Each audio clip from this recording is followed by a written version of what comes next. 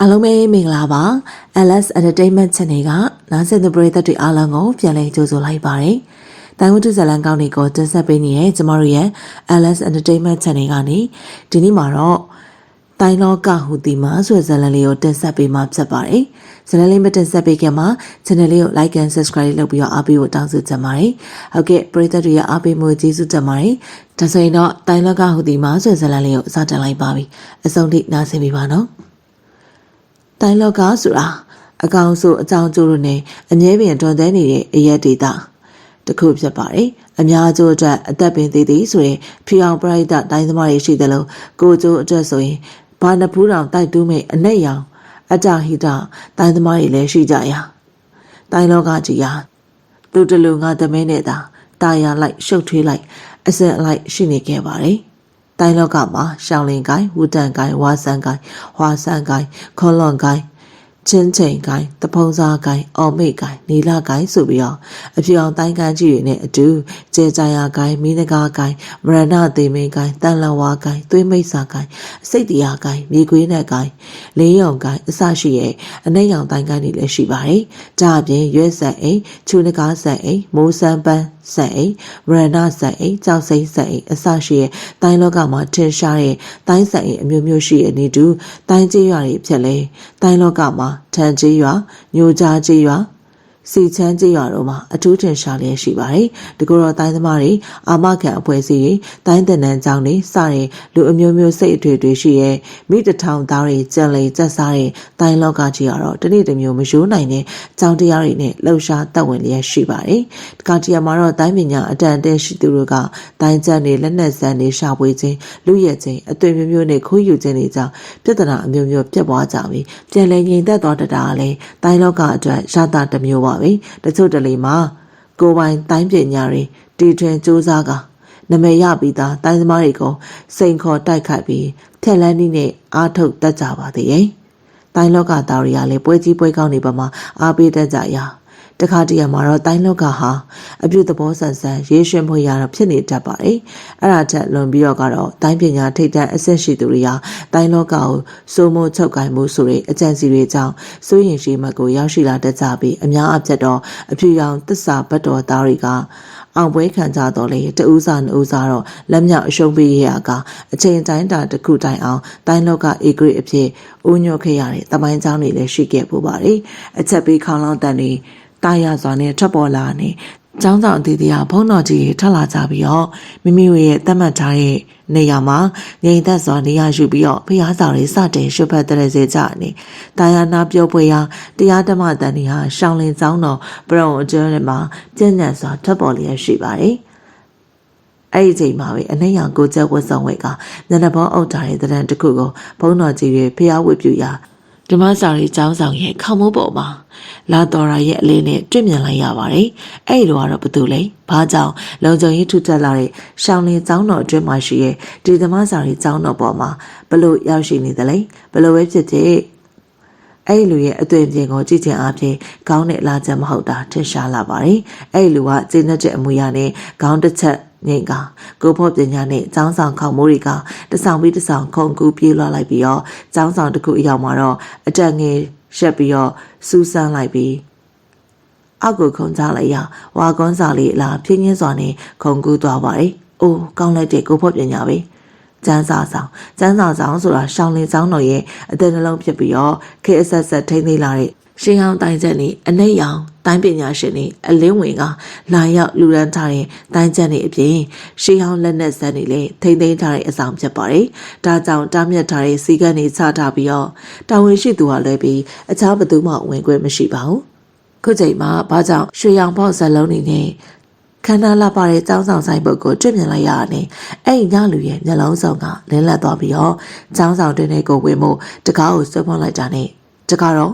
့ဘာကြီးဒီကိစ္စရှိလို့ရောက်လာတယ်လေအဲ့လိုဩဇာအတန်ပြေဝပါရှိပြီးညင်သာတိုးဖွားဖွားအတန်နဲ့တူရှောင်းလင်းဘုံတော်ကြီးတစ်ပါးကိုတွေ့လိုက်ရပါတယ်တကယ်တော့အဲ့ဒီဘုံတော်ကြီးဟာရှောင်းလင်းနိုင်ကဆရာတော်ကြီးဟူခြင်းပဲဖြစ်ပါတယ်ဆရာတော်ကြီးက ဘာကြောင့်စမ်းစာဆောင်ရောက်နေရလဲဆရာတော်ကြီးရဲ့စိတ်ထဲမှာလေးလံနေပြီးတိုင်းလောကကြီးငြိမ်သက်နေရဟာလေကြားမျက်လာပြီးဖြစ်လို့မုံတိုင်းမလာခင်ငြိမ်သက်ခြင်းမျိုးလိုယူဆကမုံတိုင်းလာပါကလည်းမိမိတို့ရဲ့ရှောင်းလင်ကိုသာအတိကဥတီလာနိုင်တယ်လို့တွေးမိတာကြောင့်ဒီစမ်းစာဆောင်ကိုညဘက်လာရောက်ပြီးစောင့်ဆိုင်နေခြင်းဖြစ်တယ်ဆရာတော်ကြီးရဲ့အတွေ့ကမှန်ပါတယ်ရှေးဆိုနဲ့ဖွင့်ဆိုရမယ်ဆိုရင်ပညာရှိတွေရဲ့အတွေ့အကြုံသည်ပြေးကြည့်တာတက်တောင်မှန်နိုင်နေမဟုတ်ပါလားစမ်းစာဆောင်ဟာဆရာတော်ဆောင်ဆိုင်ကြီး3ရက်မြောက်နေမှာပဲမျောသူကပေါ်လာပြီဖြစ်တယ်အဲ့ဒီညလူဟာဒီနေရာမှာရှောင်းနေဆရာတော်ကိုတွေ့ရတာကြောင့်တစ်ချက်လောက်ကြောင်သွားပြီမယ်အတန်ခတ်အောင်နေဟူချင်းမင်းကိုဘလူကများကြောင်ဆောင်လောက်ခိုင်းထားလိုက်ကွာအဲ့ဒီလိုလှောင်ပြောင်လူစိတ်နဲ့မိကွန်ထောက်လိုက်ပါလေဟူချင်းကတော့တင်းငိမ့်စွာနေပြီဘသူဟာဘသူကိုမှမကြောက်ရပါဘူးတကားတော့အရာအလုံးဟာဖြစ်တည်ပြဲဆိုတဲ့လောကစဝိုင်းမှာလည်းမြေစမြဲပါပဲဒီသဘောတရားသေးသေးလေးကိုသာနားလေသဘောပေါက်ထားခဲ့မယ်ဆိုရင်ငါဆိုတာမရှိတော့ပါဘူးငါမရှိတဲ့အတွက်ငါဥစ္စာငါဘဝဆိုရင်အလိုဆန္ဒတွေကလည်းအလိုလိုသိငယ်သွားမှာပါပုံပုံပြောချင်တာနားလေမှာပါလေတကားတော့အဲဒီလိုညှင်းသားစွာစကားဆိုတယ်ညလူကလည်းကျုပ်တရားနာဖို့လာတာမဟုတ်ဘူးပြုတ်အဲဒီလိုဆိုပြီးဆရာတော်ဟူချင်းကိုရှေခဲလက်ဝါတိုင်းနဲ့တိုက်ခိုက်ပါတော့တယ်ဆရာတော်ဟူချင်းကတော့အိုးဘလို့ပြုတ်ပြင်ပေးရပါမလဲအဲဒီလိုစိတ်မကောင်းကြီးစွာတွေ့ရင်ရှောင်လဲလို့မရနိုင်တော့တဲ့တိုက်ပွဲကိုတင်းငိမ့်စွာနဲ့ပြန်လဲတိုက်ခိုက်ရတော့တယ်ဒီလိုနဲ့ကျန်းစာဆောင်ကျွဲမှာတိုက်ပွဲတစ်ခုပြင်းထန်စွာဖြစ်ပေါ်လာပါတော့တယ်ကျန်းစာဆောင်မှာရှိတဲ့ကျန်းစာအုပ်တွေကလေတိုးတာကြောင့်တစ်ဖြက်ဖြက်နဲ့အသက်နေမိကလွင့်မျောနေပါတယ်ဝတ်စုံနဲ့ညလူဟာသူ့ရဲ့အမူအရာက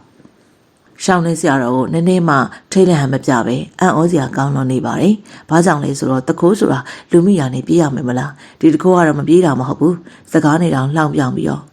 ့တိုင်းလက်ကအုပ်ဆောင်နိုင်ကစရာတော့ကိုစတင်တိုက်ခိုက်ပါတယ်။တိုက်ခိုက်လိုက်ကြတဲ့တိပတ်မှာနမိတ်စောကြားလာတဲ့ရေခဲလက်ဝါတိုင်းနဲ့ဆရာတော်ရဲ့ဘေးပခုံးလှမ်းရိုက်တာပါ။ဆရာတော်ကလည်းလှည့်မြဲစွာနေပဲဘေးချီကိုနောက်တလန်းဆုံရင်နဲ့ခြေကိုဝိုက်လိုက်ကကိုတစောင်းအနေထားရောက်ရှိသွားပြီးတော့ဘေးတိုက်အနေထားကိုတိုးဝင်လာတဲ့ညလူရဲ့လက်ကောက်ဝိတ်ကိုဖမ်းဆုပ်ဖို့ဟန်ပြန်လိုက်ရာညလူကလည်းဖမ်းဆုပ်ခါနီလက်ကောက်ဝိတ်ကိုလှမ်းယူပြီးတော့လှုပ်ရမ်းလိုက်ပါတယ်အဲ့ဒီခါဖမ်းဆုပ်ပေါ်မဖြစ်နိုင်တော့တာကြောင့်ဆရာတော်ဟူချင်းကရှေ့ကိုလွန်နေတော့လေအဲ့ဒီလက်ချောင်းရဲ့အောက်ကိုနေသူတွေလက်ညှိုးတိုင်းနဲ့သွေးကြောပိတ်ဖို့တစ်ဆက်တည်းလှုပ်ရှားလိုက်ပါတယ်ညလူကလည်းရှေ့ကိုလွန်နေတဲ့လက်ကိုမယုတ်ပဲခြေတလန်းတက်လှမ်းလိုက်ပြီးညလဝါနဲ့မီးလက်ဝါတိုင်းကိုတုံးကဆရာတော်ရဲ့ရှင်ဘက်ကိုရိုက်ချလိုက်ပါတယ်ဆရာတော်ကလည်းနေသူတွေလက်ညှိုးတိုင်းကိုလျှော့ချဖျက်ဆီးလိုက်ပြီးနေမင်းဆက်ကြအတွေ့အနဲ့လဝါပုံတရံပြောင်းကမိစာတေလဝါတိုင်းနဲ့ညလူရဲ့မီးလက်ဝါကိုရှင်ရိုက်ချပြလိုက်ပါတယ်ကျဲလောင်တဲ့အတိုင်းနဲ့အတူကျန်းသာဆောင်ရဲ့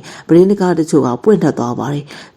ရှောင်းလင်းဆရာတော်ကနောက်ကိုခြေတန်း3လမ်းထိစုပ်ပေးလိုက်ရပြီးတော့ဝတ်စုံတဲ့လူကနောက်ကို1လမ်းသာစုပ်လိုက်ရပါတယ်အလိုရှောင်းလင်းဆရာတော်က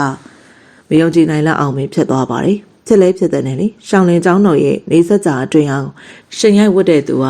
ာရှားပါလာပြီးတော့နောက်ဆုံးအောင်ရှိုက်နိုင်သူဟာတယောက်မှမရှိခဲ့ပါဘူးအခုခါမှာတော့ရှင်ရိုက်ရုံနဲ့မကောက်အသာသေးအောင်ယူသွားခဲ့ပြီဖြစ်ပါတယ်အဲ့ဒီခိုင်မှာရှောင်းလင်းကျောင်းအတွက်မှာအချက်ပေးခေါင်းလောင်းတန်နေကျဲလောင်စွာထွက်ပေါ်လာပြီးကျန်းသာဆောင်ဝိုင်းကြဟိ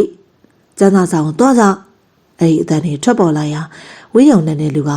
တဟားနဲ့ရှီတန်တဲ့တဲ့ရှိကဟိုချင်းနောက်မှတွေ့ကြသေးရပေါ့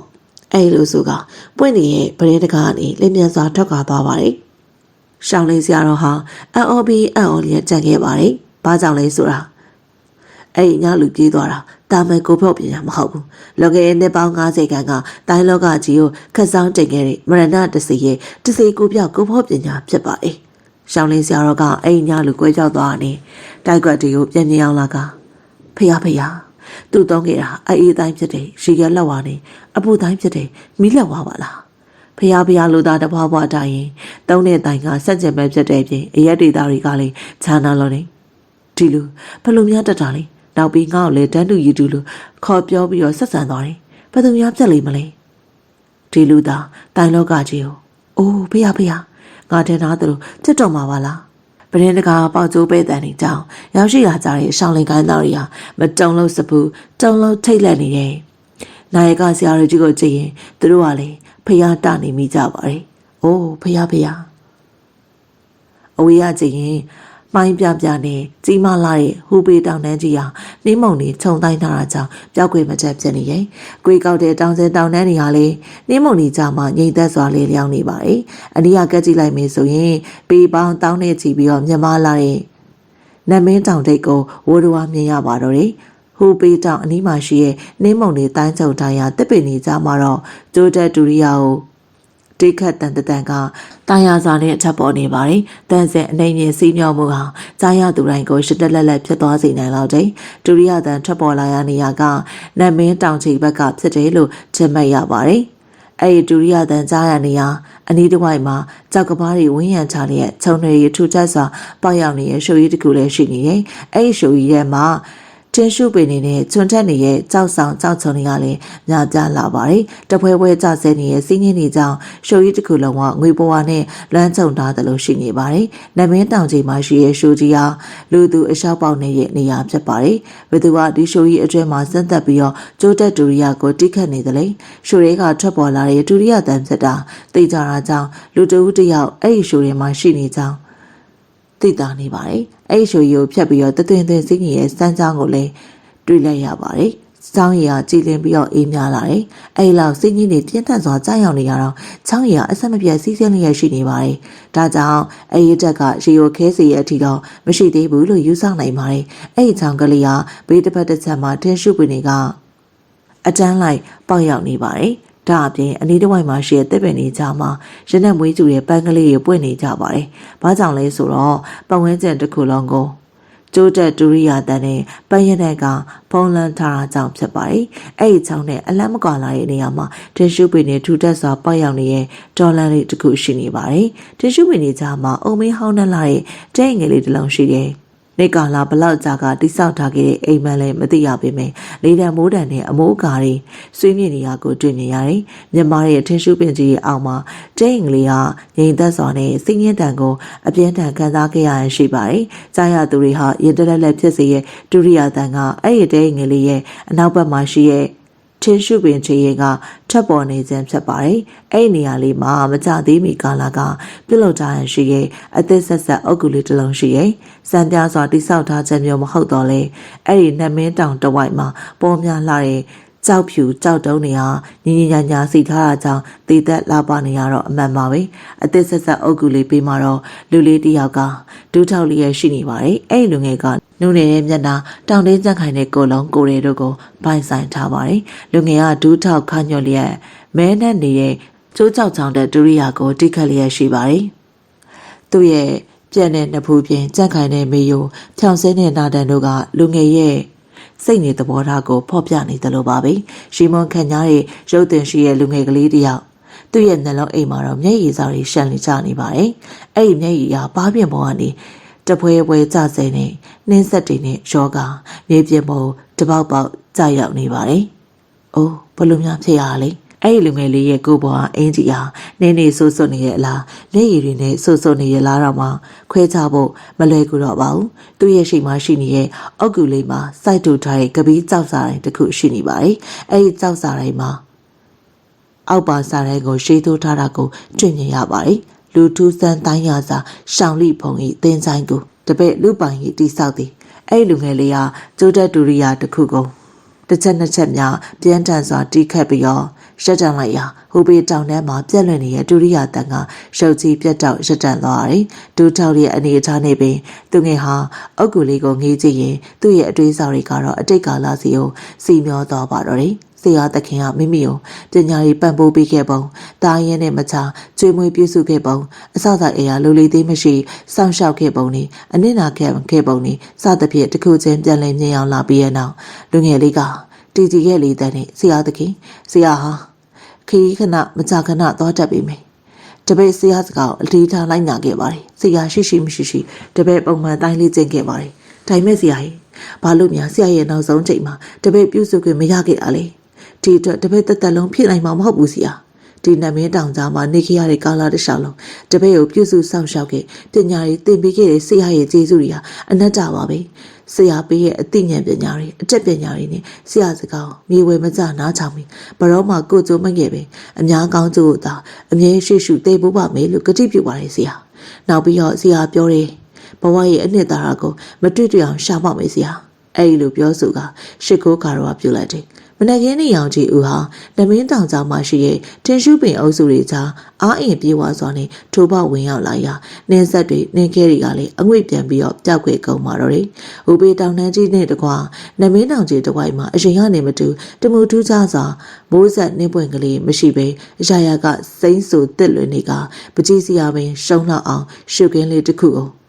တဘာဝတရားကအလိုလိုမရှိတိကျသေးသက်စွာဖန်တီးပေးထားပါတယ်။အဲ့ဒီအချိန်မှာလူငယ်လေးတစ်ယောက်ကနမင်းတောင်ကျောင်းကြောခံပြီးဆရာသခင်ရဲ့အဆုံးအမဩဝါဒတွေကိုဥထိပ်ပန်ဆင်ပြီးတော့တိုင်းလောကအကျိုးသိဖို့အတွက်တက်ကြွစွာထွက်လာခဲ့ပါတယ်။သူရဲ့ခြေလမ်းနဲ့ဥဒိယအရက်ကတော့ရှုပ်ထွေးစွာပြုနေတဲ့တိုင်းလောကကြီးစီကိုဖြစ်ပါတယ်။တကူတော်တိုင်းမှာလူပိုင်ကြီးဟာနမင်းတောင်ကျောင်းထွက်ခွာလာရင်တနည်းအားအလျှောက်မှာအဖို့တူ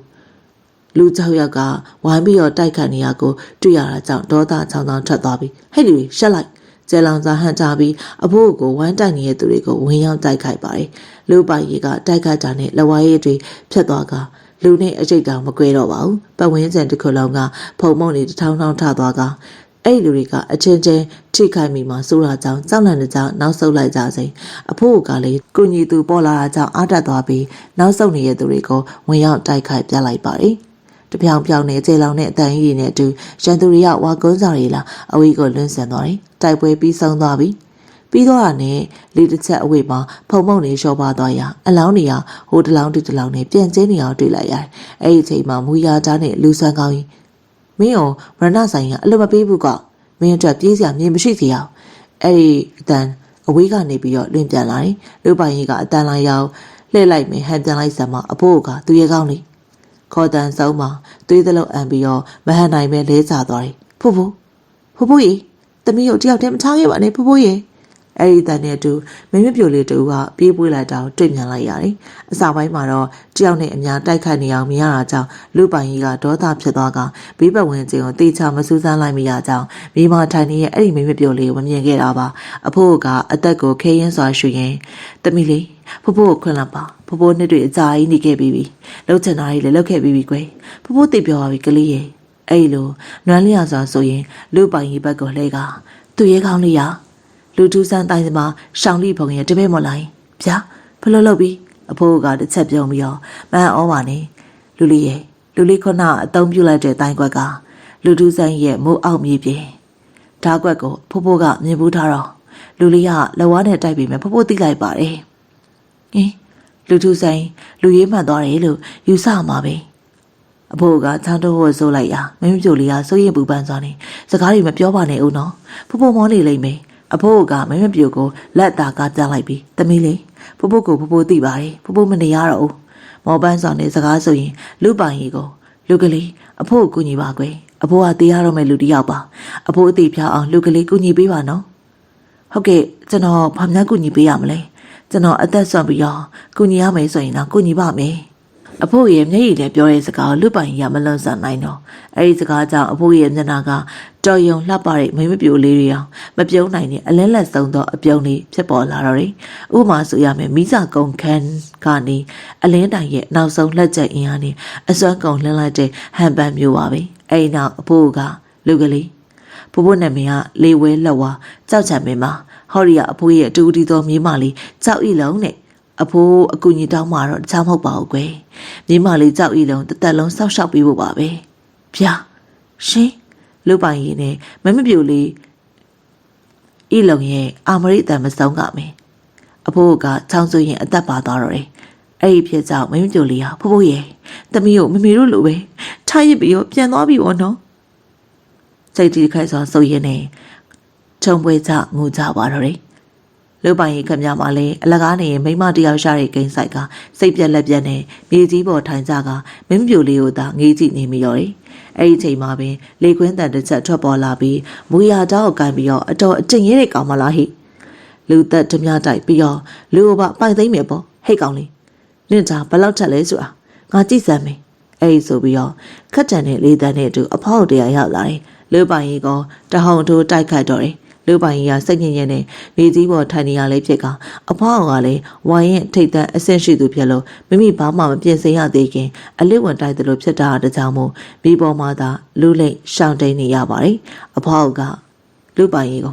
သူ သူ့ပြန်မတိုက်ပင်နေပင်လူးလက်ရှောင်းတိန်နေရကြောင့်ပို့ပြီးတော့ဒေါသထွက်သွားတယ်တကယ်တော့အဲ့ဒီဖွားကလူပိုင်ရဲ့ဆရာဖြစ်တဲ့လူထူးဆန်းတိုင်းရစာရဲ့ဆရာတူအမဖြစ်သူလီမီ6ဖြစ်ပါတယ်လူထူးဆန်းရစာအခြားမိမတယောက်ကိုဆရာဖြစ်သူနဲ့သူမတို့တားမြစ်တဲ့ဂျာရီကအရရှုကထွက်သွားပြီးအဲ့ဒီမိမလူထူးဆန်းတိုင်းရစာတကယ်မချစ်မနစ်သက်ပဲတိုင်းပညာကိုအရယူလိုတာကြောင့်သာဟန်ဆောင်ချစ်ခင်ခဲ့တာပါအဲ့ဒီအကြောင်းလေးကြောင့်လူထူးဆန်းပျောက်ဆုံးပျောက်ကွယ်သွားတာကြောင့်အဖွားအိုလီမီချောင်းနေဆရာဖြစ်သူတို့ကတိုင်းလောကအတွင်းမှာလဲ့လေရှာဖွေခဲ့ရကနေနေပရိစီတာကြာမြင့်ခဲ့ပြီးဖြစ်ပါတယ်အခုမှသာမူရတာကိုတွေ့ရပြီးချင်းရလေတမျိုးဖြစ်ကမိမိတိုက်လို့ရလေတစ်ချက်မှမထိသေးရကြောင်းဒေါသအကြီးကျယ်ထွက်ပြီးလင်းရှောင်းနိုင်ရှောင်းစမ်းကျဲလောင်စွာနဲ့ကျင်းဝါကလူပိုင်ရဲ့ရာဆောင်ကွက်ကိုလက်နက်ပုံအက်ကလေးရနဲ့ပြစ်လောက်လိုက်ပြီးဝဲဘက်ကပြင်းထန်တဲ့ရိုက်ချက်တွေကိုစက်တိုက်ရိုက်ထုတ်ပြလိုက်ပါတယ်လူပိုင်ကလက်နက်ပုံတွေပြစ်လလာကြောင်းဓာတ်ကိုလည်းထုတ်ယူဖို့မဖြစ်နိုင်တာကြောင့်ဝဲဘက်ကိုအသာရှောင်တိန်လိုက်ပြီးတော့အဖွားဦးရဲ့လဝါရဲ့ချက်တွေကြားတွေကိုတိုးဝင်ကတိမ်ဖောက်နဂါးတိုင်းကွက်နဲ့ခြေကန်ချက်ထုတ်လိုက်ရာအဖွားဦးရဲ့လဝါရဲ့ချက်ကလူပိုင်ရဲ့ပခုံးတစ်ဖက်ကိုထိကသူ့ရဲ့ခြေပြန်ကန်ချက်တွေကလေအဖွားဦးရဲ့ပခုံးကြောကိုတော့မှထိမှန်သွားလေရာအဖွားဦးကဖင်တိုင်ရဲ့လဲကျသွားပါတယ်တခုကန်ကောင်းသွားတာကတော့လူပိုင်ကြီးကအတွေ့အမချိတ်ပဲကန်လိုက်တာကြောင့်မှအဲ့လိုမှမဟုတ်ရင်လူပိုင်ကြီးကသွေးတစ်ချက်အန်ကထရလိုက်ပြီးလဲကျနေရဲ့အဖွားကိုစူးစိုက်ကြည့်နေရဲ့အဲ့ဒီခါကျမှကြောင်ငင်းနေရဲ့ကြောက်ဤလုံးကဖွားဖွားမှားနေပြီအဲ့လိုအော်ဟေးလျက်လူပိုင်ကြီးကိုကိုတဲချလိုက်ပြီးသူမနဲ့အဖိုးပြစ်သူတို့ခီးထွက်လာရင်ဒီနေရာအရောက်လူ6ယောက်ကအဖိုးပြစ်သူစတဲ့တိုက်ခိုက်ရာလူပိုင်ကြီးကဇောင်းဝင်ကူညီပုံအဖိုးပြစ်သူတိတ်ဆုံးသွားပုံတွေကိုရှင်းပြရာအဖွားကစိတ်မကောင်းကြည့်စွာနေသူမထင်မြန်လိုက်မိပုံနဲ့သူနဲ့မူရဓာပိုင်ရှင်တို့ဆက်ပုံပြောပြတာကြောင့်လူပိုင်ကြီးကသူ့စီကဘာကြောင့်နမင်းတောင်ကြားမှာဆက်မြုပ်နေပြီမယ်မကြခင်ခီးသွားတဲ့အကြောင်းသိရတော့တယ်အဖွားကကြောက်ရီလုံလေးကိုတနာသွားကသူမရဲ့တပည့်ဖြစ်ခံယူဖို့တိုင်းပညာသင်ယူဖို့ပြောဆိုတာကြောင့်ကြောက်ရီလုံကိုအဖွားစီမှာအံ့နံပြီးတကူတော့တော်လေးကိုထွက်ခွာလာရကြောက်ရီလုံကတဖြည်းဖြည်းဝေးခွာသွားတယ်လူပိုင်ရဲ့ကြောပြင်းကိုငေးကြည့်ရနေအဖွားဦးရဲ့ရှင်ခွင်ထဲကိုတွန်းဝင်လိုက်ပါတော့တယ်သူမရဲ့အတွေးစိတ်မှာတော့ယောက်ျားပြီးသားပြီးတိုင်းပညာထက်မြက်လွန်နေလူပိုင်ကြီးကိုစကားဆိုလျက်ရှိတာမောင်လေးရဲ့တွေ့တာမကြသေးပြီမယ်ခဏလေးလို့မတွေးပါနဲ့နော်အဲ့လိုတို့တိတ်စကားဆိုနေမိပါတော့တယ်လူပိုင်ကြီးကဘူးမသိပါမသိနဲ့အဖွားဦးရဲ့လက်ဝါးရဲ့ချက်ကိုခံလိုက်ရပြီးတော့ကြောက်ဤလုံရဲ့ရှင်းပြမှုကြောင့်လေပြေလည်သွားပြီမယ်ဤလုံအဖွားဦးစီမှာအနံ့ချခဲ့ပြီးမန်တန်းတဲ့လောက်အတော်လက်တံပြောင်းနဲ့အဖွားကြီးဆိုပြီးတော့ညီတော်ရင်းနဲ့ကြောက်တွေကိုတရင်တိုင်နဲ့လူတွေဝေးရင်ပြီးရောကိုဖြစ်ကိုခန်းဆိုတဲ့စိတ်နဲ့တိုးဝင်လာရင်တနေရာအရောက်မှာတော့ချင်းခွေသမားတွေခုတ်ပြတ်ထားတဲ့သူတွေတစ်ပင်ငုတ်တို့ဝင်တိုက်ကလဲကျသွားပြီးတော့မချနိုင်တော့ပဲတတိလေးမိမျောသွားပါတော့တယ်ဘလောက်ကြောင်တတိလေးမိမျောသွားမှမသိလိုက်ပြီနားလေးကိုဖူးဖူးဟိုမှာလူတယောက်လဲကြနေလောက်ပါအောင်ဆိုလေအတန်တာလေးတစ်ခုတိုးဝင်လာချိန်မှာတတိပြန်လဲလာတယ်ဒီကိုယ်လုံးကညောင်းညကြိုက်ခဲလျက်ဝမ်းပိုက်ကလည်းတကြုံကြုံမြင်နေရဲ့ရွှေလျာလှုပ်ရှားကြည့်တော့လေလှုပ်တယ်ဆိုရုံများသာလှုပ်တယ်အနှင်းငင်များမရှိပဲပြက်နေပါတယ်ဖူးဖူးဟိုမှာလှုပ်နေသေးတယ်အဲ့လိုအတန်ချိုချိုလေးထပ်မှန်ထွက်ပေါ်လာပြီးရနောက်ရှောက်မေအသာနေစမ်းလူဆိုးမှမသိလူကောင်းမှမသိပဲနဲ့အဲ့လိုကျမရဲ့အတန်ကြီးလည်းထွက်ပေါ်လာတယ်ငါခုနနားကြမှာမဟုတ်ဘူးပဲ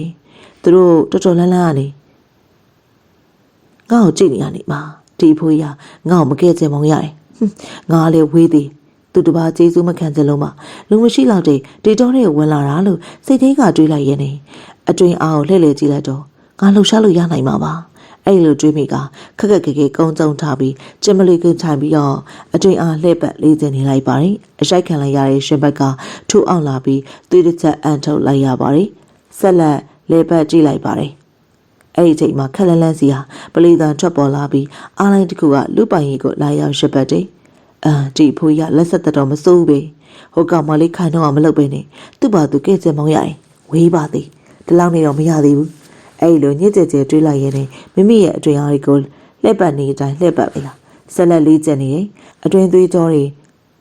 ရှုပ်ထွေးသွားပြီးတော့သွေးတွေအန်ထွက်ကုန်ပါတော့တယ်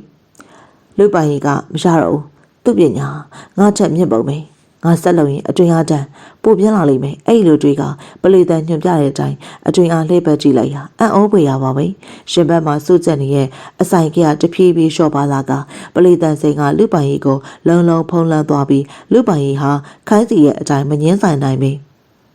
ဆက်လက်လေ့ကျင့်နေမိပါတယ်။ဒါပေမဲ့တန်စိန်အနေအမြင့်ကပြောင်းလဲသွားကအကျွမ်းအားလေးကျင့်နည်းစနစ်တစ်ခုကိုမိမိဆက်လက်ပြီးတော့သင်ပေးနေတယ်လို့ဖြစ်လာပြီးလူပိုင်ကြီးကမဖြစ်ဘူးမပြူငါသူစီကပညာကိုတန်လုံးမဖြစ်ဘူးဆိုပြီးတော့တွေးတော့ကတင်းခံပြီးတော့တဖြည်းဖြည်းချင်းလမ်းကြောင်းပြောင်းလိုက်ပြီးတနေ့ရအရှောက်မှာတော့သွေးတက်လောက်စာမျာ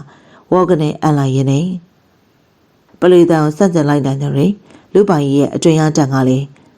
းအစောပိုင်းလောက်ကမစိုးတော့ပဲနဲ့အစောပိုင်းလောက်မစိုးတော့ပဲကောင်းမွန်နေပြီဖြစ်ရာအားတပြီးတော့ထိုက်ရလိုက်ရင်တော်ရဲကိုသာဆက်လက်ကျိုးဝင်သွားလိုက်ရင်ကဖိုးဖိုး तू ကဘာလို့ဆက်လိမ့်မကျင်တာလဲသူ့ကိစ္စနဲ့ तू ပေါ်မြေးလေးရဲ့အဲ့လိုမြေးဖို့နှစ်ယောက်ရဲ့စကားတန်ကိုသာနောက်ဆုံးကြားလိုက်ရပါတယ်လူပိုင်ကြီးကမခံကျင်စိတ်နဲ့သာတောနဲ့တဲဝင်လာရတော့လေလမ်းရှောင်ရင်ကရှင်ဘက်ကပြန်အောင်လာပြီးလူကလည်းပင်ပန်းတွဲနေမှုစာလောင်မှုတိတ်မှုတွေနဲ့ဟောဟဲလိုက်နေရစားစရာတည်တည်ရလေးမတွေ့တားကောင်လည်းမရှာနိုင်နေမဖြစ်သေးပါဘူးလေအတွင်အားပြန်လဲလှက်ပတ်ကြည့်လိုက်အောင်မယ်လို့တွေးကအတွင်အားပြန်လဲလေးချိန်ရချောင်းကအဆက်မပြတ်ဆိုလျက်သူ့ရဲ့အများပြအန်တုတ်ကဒုတိယအကြိမ်လဲကျသွားရတယ်တကယ်တော့လူပိုင်ရဲ့အတွင်တက်ဟာမကြသေးခင်ကအတွင်အားလေးကျင်နေအသက်နဲ့လေးကျင်ထားရကအခုကလေးကျင်နေအဟောင်းနဲ့ပြန်လဲလေးကျင်လိုက်မိရကြောင်းအတွင်အားလန်ကြောင်းကပုံစံမကြတော့ပဲအတွင်အားဖောက်ပြန်ပြီးတန်တစ်ခုထပ်မံရရှိသွားတာဖြစ်ပါတယ်ကံကြမ္မာစွာကောင်းတယ်လေဆိုတယ်လေလို့ဆိုရတော့လေတခါတည်းရန်ကောင်းပြီးရင်ကောင်းဒါမှမဟုတ်ဆိုပြီးရင်ဆိုတဲ့အဖြစ်မျိုးလေးစုံရတတ်ပါတယ်လူပိုင်ကြီးကသက်ဆောင်အားပေးမကြံ့ရပဲလဲကြနေစဉ်တစုံတယောက်တရွရွချင်းကပ်လာတန်ကိုကြားလိုက်ရတယ်အဲ့ဒီလူကဓာတ်တက်လက်ကိုကင်ဆွဲထားပြီးတပြေးပြေးချင်းကပ်လာတာကြောင့်မကောင်းတဲ့အကြံစီရှိရာတင်ရှာတယ်နေကပ်လာတဲ့ရန်သူလူပိုင်ကြီးအနေနဲ့ဘလို့မှမကောက်ွယ်နိုင်တော့ပဲလေစိမ့်ခံဖို့သာစောင့်ဆိုင်နေရတာငယ်စဉ်ကလေးကတိုင်းမှာတိုင်းအယူမှုလေ့ကျင့်ပေးထားတဲ့တိုင်းသမားတယောက်တည်းအတော့ရင်နာစရာကောင်းလာပါတယ်။ဒါပေမဲ့ကံကြမ္မာရဲ့အလိုဘသူကလွန်ဆန်ပိုင်ခွင့်ရှိပါမလဲ။လူပိုင်ကြီးကလည်းလူတွေကလူပဲမို့အတန်တောင်မပြုတ်နိုင်ပဲနှလုံးအဝိုင်းသားနဲ့ချင်းကပ်လာတဲ့ရန်သူရဲ့အရှိတ်ကိုသာငေးကြည့်နေပြီးတော့တယ်။အဲ့လူကလူပိုင်ကြီးရဲ့အခြေအနေကိုသိရှိသွားပြီးလက်တကန်းအကွာအရှောင်းမှာတော့ဖြင်းညင်းစွာနဲ့ဓာတ်အောင်မြောက်ပြီးခုတ်ပိုင်းမှုပြန်လိုက်စမ်းမှာအဲ့လူကတစုံတရာတွေ့မြင်လိုက်ရဟန်နဲ့ကြောက်လန့်တဲ့ကြောက်အော်ဟစ်ပြီးတော့တယ်။အဲ့ဒီခါကျမှလူပိုင်ကြီးကဟိုကနေပင်သက်ကိုတက်တောင်တတာချနိုင်တော့တယ်။အဲ့ဒီလူဘာကိုတွေ့ပြီးပြေးရတော့မိမိကိုယ်တိုင်လည်းနားမလဲ။လူဆိုရင်မိမိကိုကူညီပေးမဲ့သူဖြစ်လိမ့်မယ်မချင်ဘူး။ဘာကြောင့်လဲဆိုရင်အဲ့ဒီလူကမိမိကိုသာကဲတင်ချင်တဲ့လူဆိုရင်မိမိတယောက်တည်းလဲကြနေကြတဲ့ကရောက်လာလိမ့်မယ်မဟုတ်ပါလား။လူပိုင်ကြီးကတကူလုံးမလှူရှားနိုင်တော့လေဦးကောင်းကတော့ကောင်းစွာစဉ်းစားသုံးသပ်နိုင်သေးရ။အမျိုးမျိုးပုံပေါ်အပြန်လန်သုံးသပ်ရင်အချိန်တော်ကြာသွားမှာပဲ။ဟိုလိုနီကတော့စမ်းတော်စမ်းပေးတာ။သူကိုယ်တိုင်လည်းတက်စီရမလို့သူတပားလဲမတက်ရပဲနဲ့လူပိုင်ရည်တရအခုတိုင်းဆိုရင်အလိုလိုတေပွဲဝင်ရတော့မယ်မလားအဲ့ဒီအဖြစ်မျိုးတော့လူပိုင်ရည်အနေနဲ့အဖြစ်မကန်နိုင်လူပိုင်ရည်ရဲ့စိတ်သက်ကကိုလှုပ်ချင်တာလှုပ်လို့သူများတက်လို့သိချင်သေးပါစေကိုတော့တတ်မသေးပါဘူးကိုဘကိုအဖြစ်မရှိလဲအသိမခံနိုင်ဒါကြောင့်မြေမာလူးလက်ချပြီးနီးစက်ရာတစ်ပင်ကတရွက်တစ်ခေါက်တွေကိုစားပါတယ်အဲ့နောက်တော့နာတော့လေအန်ကျိတ်ရဲ့မန်ကျင်းကထားပြီးမြောက်ရက်ကိုဦးတီကတရွရွဆက်သွားတော့တယ်အတန်ကြာလမ်းလျှောက်လိုက်မောပန်းလာလိုက်နားလိုက်နဲ့ကီးဆက်တယ်အတွင်အားထက်မှန်လေးကျင်ဖို့တော့သူ့အနေနဲ့မဝင်မရဲလေးမကျင်ရတော့ပဲကိုလက်ဟိုမှာကြည့်လိုက်လူတယောက်လာနေအေးဟုတ်တယ်အဲ့ဒီတန်နေကြောင့်မိမိဒီလိုဖြစ်နေအောင်လူတွေမမြင်စေချင်တဲ့လူပိုင်ကြီးကလာရလန်းအတိုင်းပြန်ပြေးကျင်တဲ့စိတ်ကိုအတင်းထိန်လိုက်ရကမထူးပါဘူးလေဆိုပြီးတော့ငါဒီတိုင်းနေလိုက်လို့ငါတန်ရပျောက်သွားမှာမဟုတ်တာမြို့တစ်မြို့သွားပြီးတော့တမားတော်ရှာမှဖြစ်မယ်အဲ့တော့လူမတွေ့ကြလို့ဖြစ်သေးဘူးတကူရဲညီသွားရင်အဲ့ဒီမောင်နှမကိုမသိတယ်လို့နဲ့ဆက်သွားလိုက်ရနှုတ်သက်ဟန်တူတဲ့မိန်းကလေးကဒီမှာရှင်ကကျမတို့မောင်နှမကိုမြင်ကြအောင်ဆောင်သွားတာဘာသဘောလဲရှင်နှကန်းတူဆူဆူနဲ့ရန်တွေ့နေတဲ့အဲ့ဒီမိန်းကလေးကိုအမြင်ကက်ကက်နေဘာသဘောမှလဲငါမင်းတို့မှမသိပဲဟောအဲ့လိုစကားကိုခက်မှဆိုလိုက်တော့အဲ့ဒီမိန်းကလေးကတစ်ချက်မြကြောင်သွားတော့လေနှုတ်သက်သူဖြစ်တဲ့အတိုင်းရှင်ကကျမတို့အထင်သေးရလားရှင်အတွင်းတိုင်ရထားတာမသိဘူးလို့ထင်လို့လားရှင်တိုင်အောင်ကျမတို့မကုနိုင်ဘူးလို့ထင်လို့လားလာပေါင်းများစွာနဲ့မိကုန်းနေတတိတတန်ကြီးချွေပြီးတော့ခုနအတက်နှကန်းလေးပို့စုထားရလူပိုင်ကြီးကဝေနာကြားရလျှို့ဝှက်စွာတစ်ချက်ပြုံးရင်ထိမချိန်ဟန်နဲ့အထင်ကြီးကအထင်သေးရအောင်မင်းတို့ငါမှမသိပဲငါကိစ္စနဲ့ငါသွားတာလေမင်းတို့ခွင့်ပြုချက်ယူနေရအောင်မလားဟာအဲ့ဒီခါမှဘယ်လိုလူလဲဆိုတဲ့သဘောနဲ့မိန်းကလေးကနဘေးကတစ်ချိန်လုံးနှိမ်သက်နေရဲ့အကိုလက်ဆိုသူတစ်ချက်ကြည့်လိုက်ရ